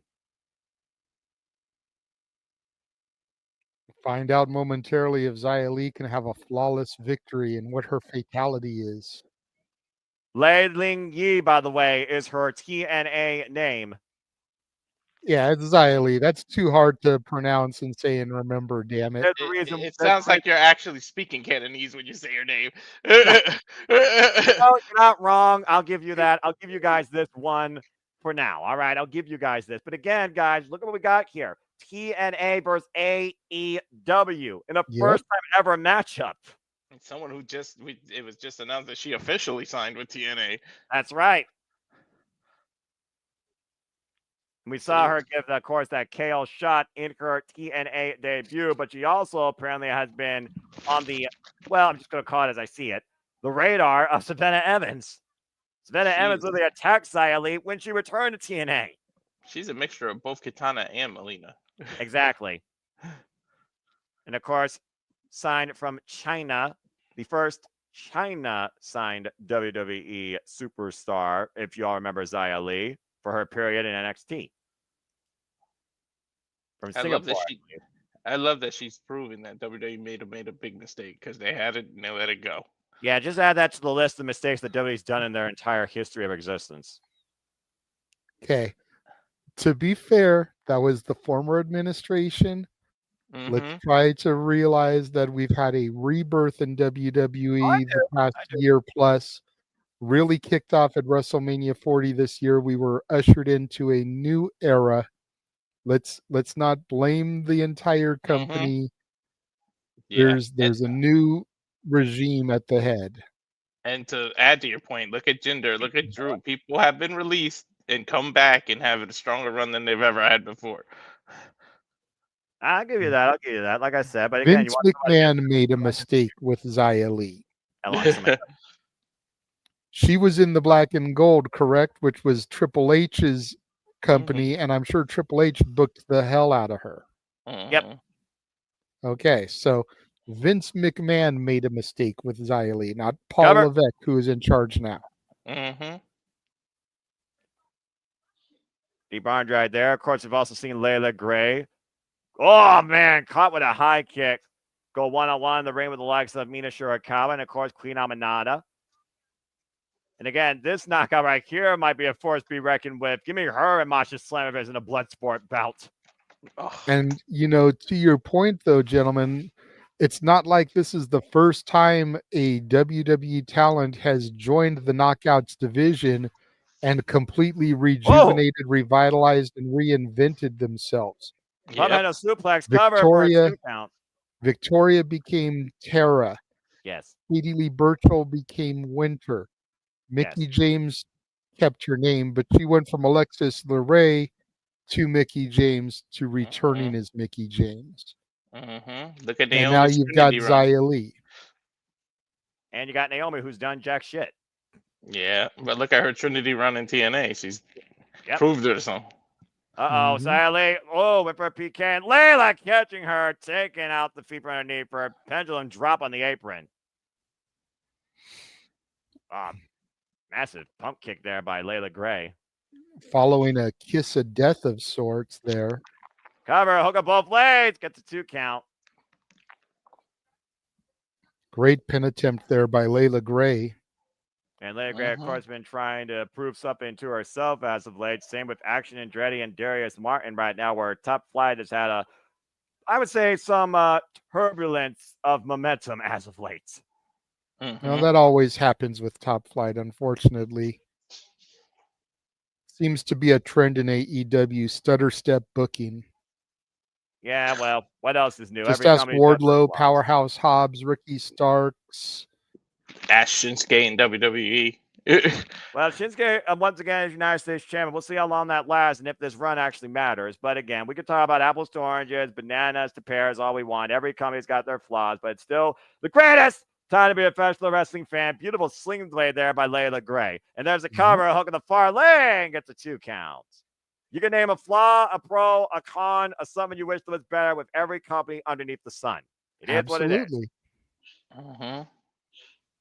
That's why I try not to treat any company like they're the superior brand. No, nothing superior in my opinion. I just love certain things more than anything else, and that's just called being a fan. There's really no such thing as superior. It's just marketing and more exposure than others. It's marketing, it's branding, it's business, it's set run. Knife is shot by Xia Li. That was just vicious. That's all legal. I mean, again, it's not a closed fist to the face. And the more shows like this that get showcased from every company just helps us, the internet wrestling community, out more. People that do reviews and things like we do.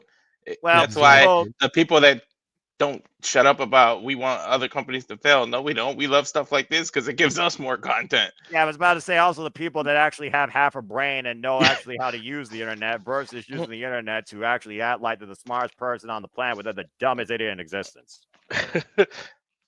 Damn, Noah. It also allows us to get an education on talents that we're not that familiar with.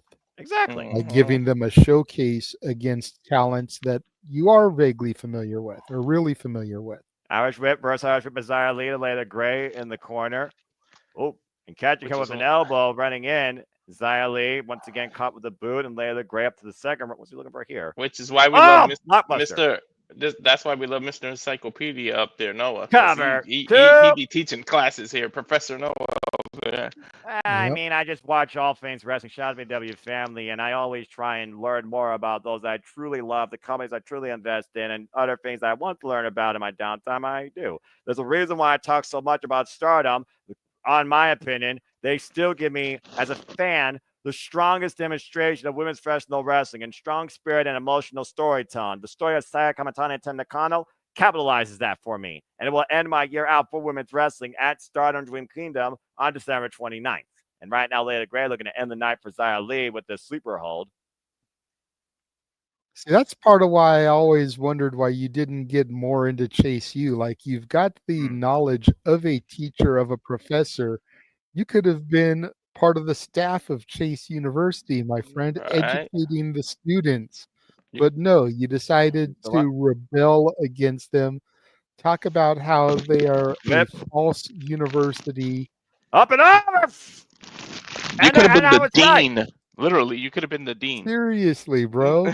Look, I'm all about opportunities, but I'm also about finding where the opportunity lies. And I'm not going to put my opportunity into something that I know is temporary. Club and clothesline, not to mention, again, I stand by what I said about Chase U. But I already told you what it proved towards the end. Andre Chase just failed to hold up to it.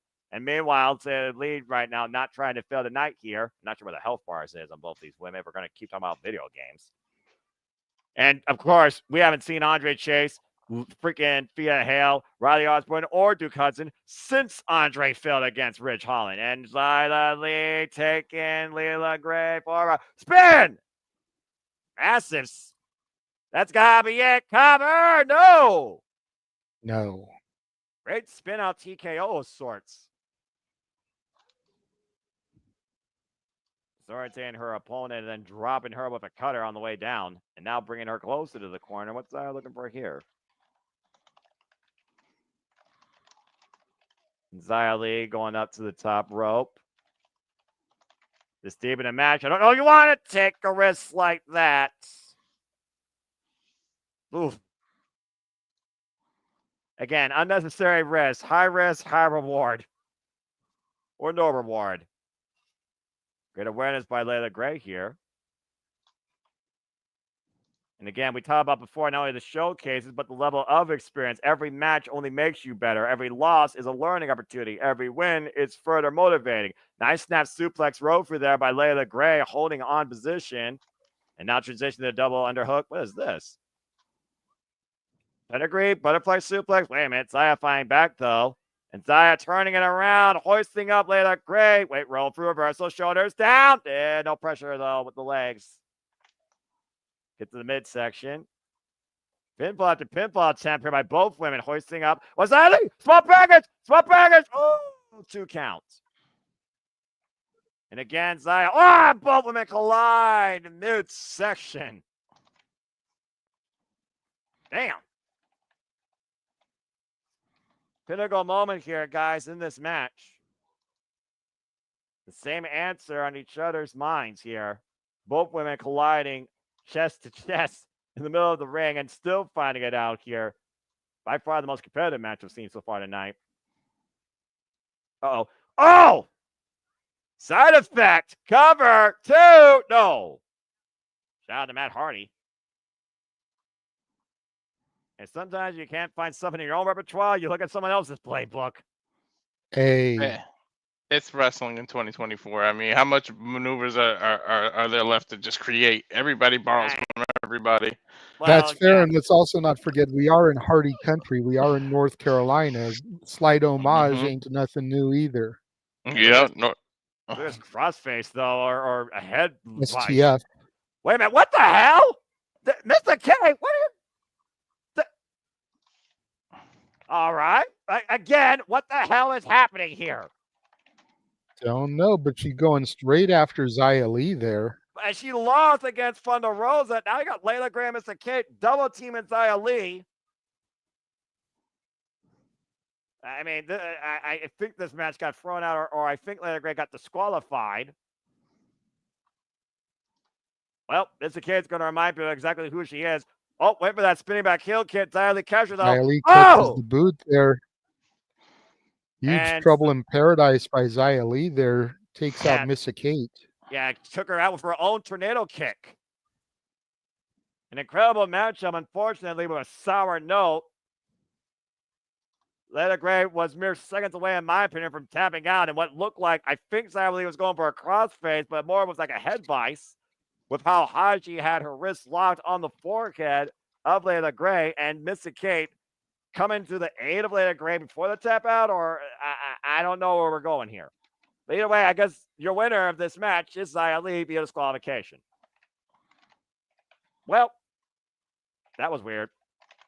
That was an incredible match, though. Again, I want to see that ran back and actually see who was, more capable of getting the win. I don't think Leila Grey was going to escape that personally. Oh, Lord. Well, that happened. And this is about to happen. It's main event time here at Ladies Out 14 with the TNA Knockout. The Juggernaut, Jordynne Grace, taking on, oh, good Lord, the former Alicia Fox. I love the pacing of this. It's just right to one match after the other. No bullshit in between. No. Well, I think again, there's a plus and a curse to that, though, because a lot of these matches are first-time matches that are just being booked because the talent is here for the weekend. exactly. A little bit of mic time from the heel or the baby face to kind of, set up the match, I think would have done a world of wonders here. That makes sense. Yeah, you gotta Especially in a consider- match like La Rosa Negra Masha Slamovich, where La Rosa Negra holds a pinfall victory over her at this very event. Ladies' Night Out. Like, La Rosa Negra could have tried to taunt Masha into putting the title on the line. Masha won, so she would have retained the title either way. That's true. And could have had a little bit of something here to generate interest for the fans that this is a first-time view for. JJ. Especially the scouts, because it proves people's mic skills, and that's a box that they want to check off when they're scouting Lord. Vic Crow, Alicia Fox. And yesterday, Noah, when we were doing the Super Show, I talked about how our main event, which featured a TNA superstar, Joe Hendry, in this case it's Jordynne Grace, going up against a former WWE superstar. In that case, it was Raj Desi, the former Jinder Mahal. Here it's Alicia Fox. Is this a proving ground for Jordynne Grace? Much like I thought the one yesterday was for Joe Hendry. Yes, Jordynne Grace has competed in the Women's Royal Rumble. She's tied it up with some of the main roster talent before. But most of her WWE run has been spent in NXT. Alicia Fox, to her credit, while not my favorite former diva, was a main roster competitor and I believe a champion at one point as well. She was. So Understatement for of the year, by Jordynne the way. Grace to get a victory here over a former WWE main roster Divas champion, is that a huge victory and proving ground for the Juggernaut, despite all of Jordynne Grace's accolades that she's already had? It shows that she can hold her own with main roster, main event caliber talent. WWE is just the namesake that's most commonly known, so I'll give you that just because of the WWE exposure. But I still say that Jordynne Grace is the superior one here. But JJ, that's to your point, all it takes is a phone call. All it takes is a phone call. Hey, Alicia, how did you feel about Jordynne? Like, is it worth it? Do we sign her? Because people from former talents, they value their opinion. Like, so that's all it takes. Exactly. You got to figure, we've been discussing Jordynne Grace's contract ends at the end of January. She could literally debut in the Royal Rumble February 1st as a WWE superstar as soon as her contract expires. But where does she go from there? Does she go straight to the main roster, or does she go to NXT where she's already got experience? A match like this could be that determining factor. Yeah, only time will tell who else WWE will try and use for their own branding power. And that's what really WWE is about at the end of the day. As Vivi Crow right now is caught by Jordynne Grace, set up on the top turnbuckle. If they do sign her and she debuts in the Royal Rumble, I wouldn't even announce that she was signed officially until she comes out in their Royal Rumble. Just announce it right there, because that gives it something special. Like, don't let it leak out there. Don't let it. This is the internet, Walter. There's nothing that's hidden in this freaking business. Hey. Well, if you believe what they want you to believe, CM Punk signed his contract the day of Survivor Series. Exactly. Oh, massive spine buster. And that reaction in Chicago sure told me that people didn't know he was coming. Vix looks nice. Like, I hope Vix is able to keep her personal issues away because we all know her history with bottles and things. So as long as she But keeps again, that out, I'm people happy with are it. able to change. And from what we discussed briefly last night, apparently the attitude that had given Alicia Fox her negative stigma Ooh. from most people's accounts seems to have disappeared. So maybe Vix Crow is a completely new person. Nice dive, So vertical I'm willing suplex to in the give the cover. former Alicia Fox the benefit of the doubt here. Good for People you. change. The true test is if you ever see her in person again. Exactly. Exactly.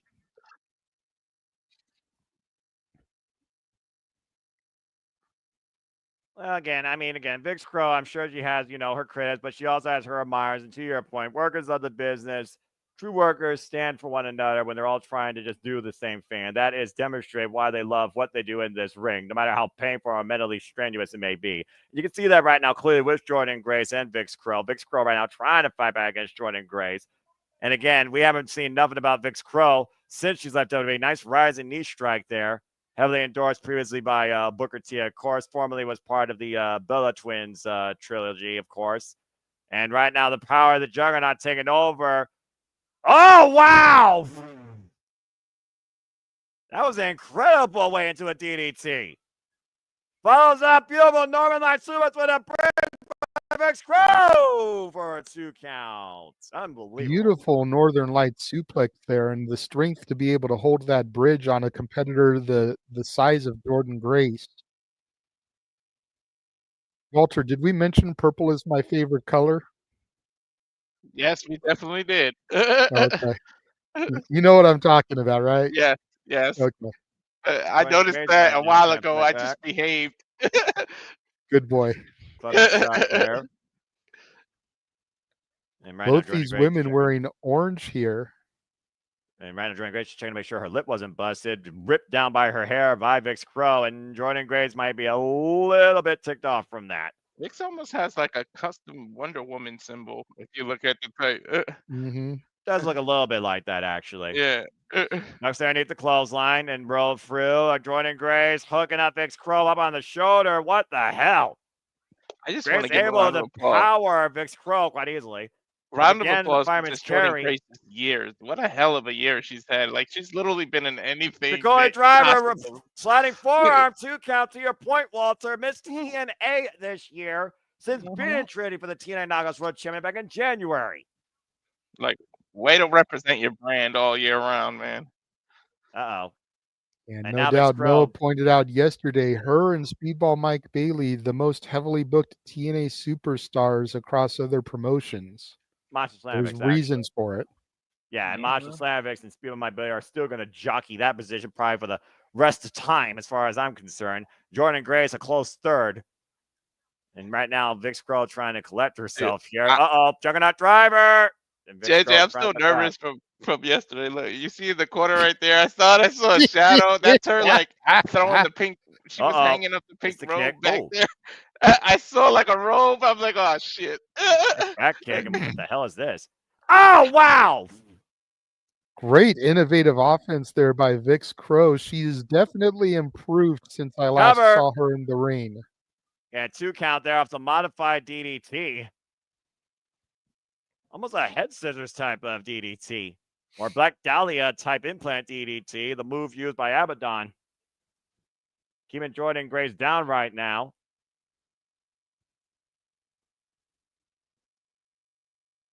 Well, again, like you talked about, that exposure speaks values, and exposure itself can definitely mean something on your resume versus experience. But I do think at the end of the day, both women are very still evenly matched here. When you're not Vix Crow, knowing how long she's been in the business, but you're seeing the growth development of Jordynne Grace. Whether or not you're involved in a company that holds 5,000 people or 50,000 people 5 times a year, that's just more of a mental pressure than anything else. And this game is both equally mental and physical. But I look at the tail of the tape here. I look at the actual year both these women have and who's been more involved. And again, the number one factor you can't put on a resume is how much time you actually spent in the ring consistently. And Jordynne Grace has been non-stop since her return to TNA Impact Wrestling last year. Well, actually, it was actually in 2022, excuse me, when she beat her generational rival, the virtuoso Diana Purrazzo, at Victory Road in her best of 5 battle of that rivalry that lasted 2+ years. Right now, Jordynne Grace being fought off by Vix Crow. Vix Crow, once again, that rangy reach of those legs. Caught hard, though, with that fist. Uh-oh. Setting up for that muscle buster. Oh, no. Oh, boy. Uh-oh. Well, good night, Vix. Bam! Muscle buster connects. That's it. It's what? Kicks out of the shades of Samoa, that muscle buster that Jordynne Grace uses. Holy hell. Samoa Joe is the original innovator, but kudos to Vix Crow for kicking out of that, and I'm sure she's been dropping her head enough times. I did not expect Jordynne her to Grace kick looks out of like she. Go ahead, Walter. Sorry. I was just saying I did not expect her to kick out of that at all. No one did here. You were Jordynne saying, Grace JJ? looks like she's getting frustrated. She may have taken Alicia Fox very lightly here. Well, again, like I said, we have no idea what Vix Crow has been up to. Jordynne Grace has been in action nonstop. Oh, man. World's strongest slam. Might be looking for the Vader bomb follow-up. She loves this combination. Vix Crow, they'll able to scout it. What's her obsession with animals, by the way? She went from a fox to a crow? Wow, and maybe that's her actual name. Oh! Scissors kick. Shades of Booker T. The double underhook. What is this? What the hell? Vix Crow put out a package. Pile driver. What the fuck? And she did it. She just defeated Jordynne Grace. Her real name is Victoria Crawford. What the There you go, fuck Vix just Crow. happened? Victorious Victoria here. Vix Crow just pinned the former TNA Knockouts World Champion. Wow. Man. Statement made.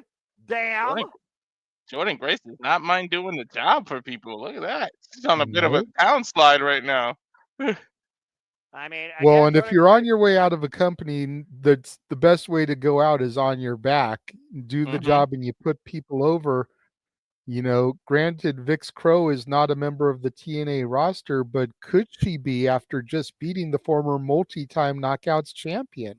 But they both wanted this match, to your point, and they both got it. So Jordynne Grace clearly knew what Vix Crow is capable of. And to your point, maybe this match just helped Vix Crow hone that maybe lost and renewed potential in herself. I'm shocked. I did not expect that tonight. How would you react, JJ, if she pops up in the Royal Rumble? Who, Vix Crow? Vix Crow, yeah. And massive After win. seeing this action and this display from the former Alicia Fox, I wouldn't be completely opposed. She definitely looks like she has improved on her game. No longer just a divas wrestler. She's got some great innovative offense. And again, people change. If her personality has changed, then I'm all for it. As we go off the air here, Ladies Night 14, another fantastic showing from Wrestlecade Weekend. Hell of an event. Yeah, I'm quite surprised by that.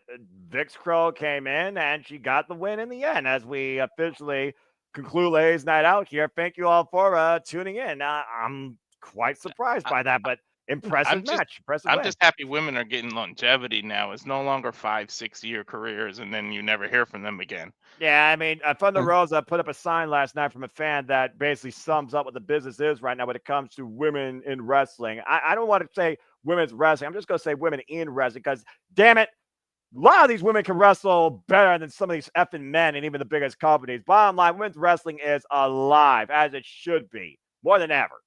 Absolutely. But speaking of alive, I think it's time now that we go ahead and wind down for today and wish you all, especially if you are on the other side of the world, goodbye and good night, and thank you for tuning in. So, JJ, again, you kind of echoed what the week's about to bring. Why don't we go ahead and run it down real quick before we cut the feed? Give me 1 second so I can upload the graphics here.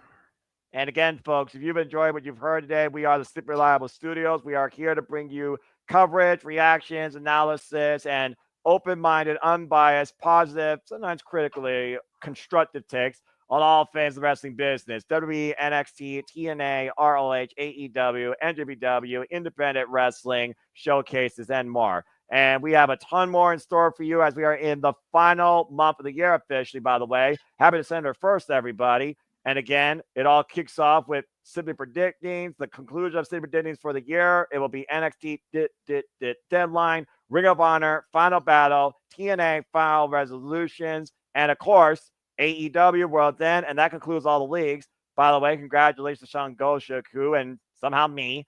Damn it, I am Vegeta to his Goku. As we tied this year in the conclusion of the Team NoDQ WPLA Predictions League. But great job to everybody that participated and played. I hope to see you all in that league once again. The Galaxy, I will have your final scores up later this evening. Stay tuned to NoDQ, by the way, as we will be talking about this year's nominees for the annual NoDQ Awards as well. Stay NoDQ. Stay tuned for more on that here on YouTube and other NoDQ social media feeds. And again, there's so much stuff coming up. All the content, damn it, and everything else in and out of streaming. You set, bruv? Yes, I am. So first and foremost, if you missed our coverage this weekend, go back, check out our streams of the Wrestlecade Super Show where Noah and I called the action yesterday afternoon for that. Check out our coverage of Survivor Series War Games with Statboy Mike playing Joey Styles for the first 2 matches, and then joined by Walter Cruz for the remainder of the show. Go check out the Saturday shenanigans from last night, as we were thankful for our families. And the wheel was actually pretty nice to Noah. It only came up his name twice, but because he decided to open his mouth and insert foot, he did have to sing and dance to the Bee Gees' Staying Alive, which was a hell of a sight to be seen. Make sure you go back and you check that out. My hip still hurts. If you But do they came in lie? late, once the stream ends, go back and check out our coverage for tonight, Ladies Night Out 14. This Tuesday, don't have a graphic for it, but this Tuesday, as Noah mentioned, will be the finale of the NXT Deadline Simply Predicting. 10:30 p.m. Eastern, 7:30 Pacific. Noah, myself, and whoever else we can wrangle will be simply predicting the Iron Survivor matches and whatever else gets added to the card. Thursday, via YouTube, so you can go to MLW's YouTube channel for this. Eric Bischoff is being given control of the company for 1 night, and we will be doing a watch along of that Thursday, December 5th. Stream begins at 3 p.m. Eastern, or excuse me, 6 p.m. Eastern, 3 p.m. Pacific. Bosh. I am still tired, Noah, and I've been trying to do a bunch of stuff here tonight. I know. We've got the MLW World Tag Team titles being defended. Contra versus Cozy Max. We've got Matthew Justice and a mystery partner taking on the Andersons, Brock and CW, and Eazy-E's Roulette. We've got Matt Riddle taking on Donovan Dijak, and Mystico defending his MLW middleweight championship against the former Cameron Grimes, now going by Trevor Lee. Yeah. All these matches so far announced, and I'm sure more will be coming up in the coming days. And then next Saturday will be NXT Deadline beginning at 6 o'clock Eastern, 3 p.m. Pacific. Yup. Noah and Walter will be on the call for that. I will be a little bit late for that as my daughter has a performance that day. Supposed to end right about 3 o'clock, so hopefully I'll be home 3:30, 4 o'clock, so that's 7 o'clock your time. Maybe only miss the first half hour to an hour of the show. Once I get in, Walter, if you want, you can bounce out of the stream. That way you can save yourself for UFC that evening. I know you said that the matches for that changed, so that's why I didn't load that graphic, but we've got UFC watch along that evening. Walter and James on that call as they do. And yeah, to Daniel's point, we are 24 days from Christmas and 30 days from the start of 2025. Last night on the Shenanigans, Jeff Meacham made a programming announcement about what was in store for his New Year's Eve special / start of his anniversary of the channel. So make sure, again, you go back and you watch the Saturday Shenanigans on demand for that. And yeah, you can follow all of us on the socials. Noah. If you wish to follow and engage with me further, be part of predictions, leagues, and sleeper predictions too, then find me on the Twitter and on YouTube at nfoster9016 for all things wrestling. Shout out to WWE family. There might be another impromptu coming soon. Don't know yet. Stay tuned for simple assessments, all the biggest shows across wrestling. Everything else is a joint venture here at the Super Live Studios. But as always, only wish to encourage you to just enjoy live and enjoy wrestling too, whether it's through my voice, JJ's voice, Walter's voice, or any of the great voices here at the Super Live Studios. It truly is as simple as that. And I cannot wait to cover Deadline, and AEW winter is coming. There you go. Walter. Oh, good. I'm going to see that. Okay. Go over He's looking over his shoulder again. It's gonna become a freaking new shtick, and you're gonna have to live with it. Twitter, you can follow, or X or whatever. Also, I just signed up for Bluetooth, but it's the name Blue Sky. Blue Sky. Did you say Blue Chew? No, I said Blue 2. What the hell are you thinking about? No, I thought you were the innocent one. Dude, the simple single man. But looking at Lola Vice in that position, I guess, is giving him some ideas. If I see one more fucking advertisement for Blue Chew on YouTube, I'm going to report them to the fucking FCC. I know. But anyways, on X and Blue Sky, it's the same name, Walter Alex Cruz. The Instagram, Walter.Cruz.940. And, of course, the Rage of Wrestling YouTube channel. And that's it for me. And then for me, you can find me on Instagram, the Renegade JJ Williams, on Twitter and Blue Sky at ROWJJ Williams, on YouTube at Casa D18 Studios.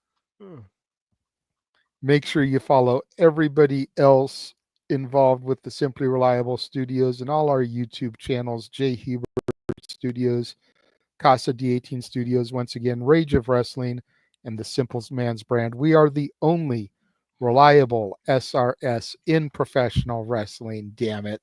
Good grief. That's going to just about do it for this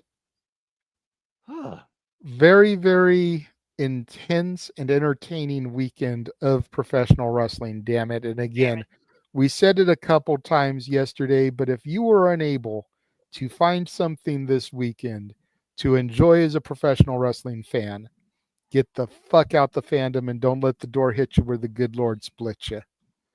Between Turning Point, between Rampage, between Stardom on Friday, between Collision, the Wrestlecade Super Show, Survivor Series War Games on Saturday, between Ladies Night Out and Raw tomorrow with the fallout of the Survivor Series War Games. Tuesday is NXT and NWA Power. Wednesday is Dynamite. Thursday is Impact and the fallout of Turning Point.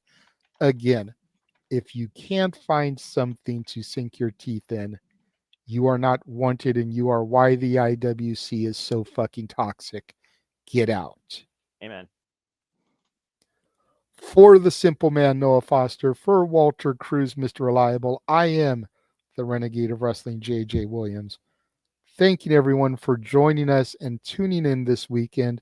And we will see you guys on Tuesday as we simply predict NXT Deadline. Have a good night, everybody. Have a good night, folks. Respect women in wrestling. Damn.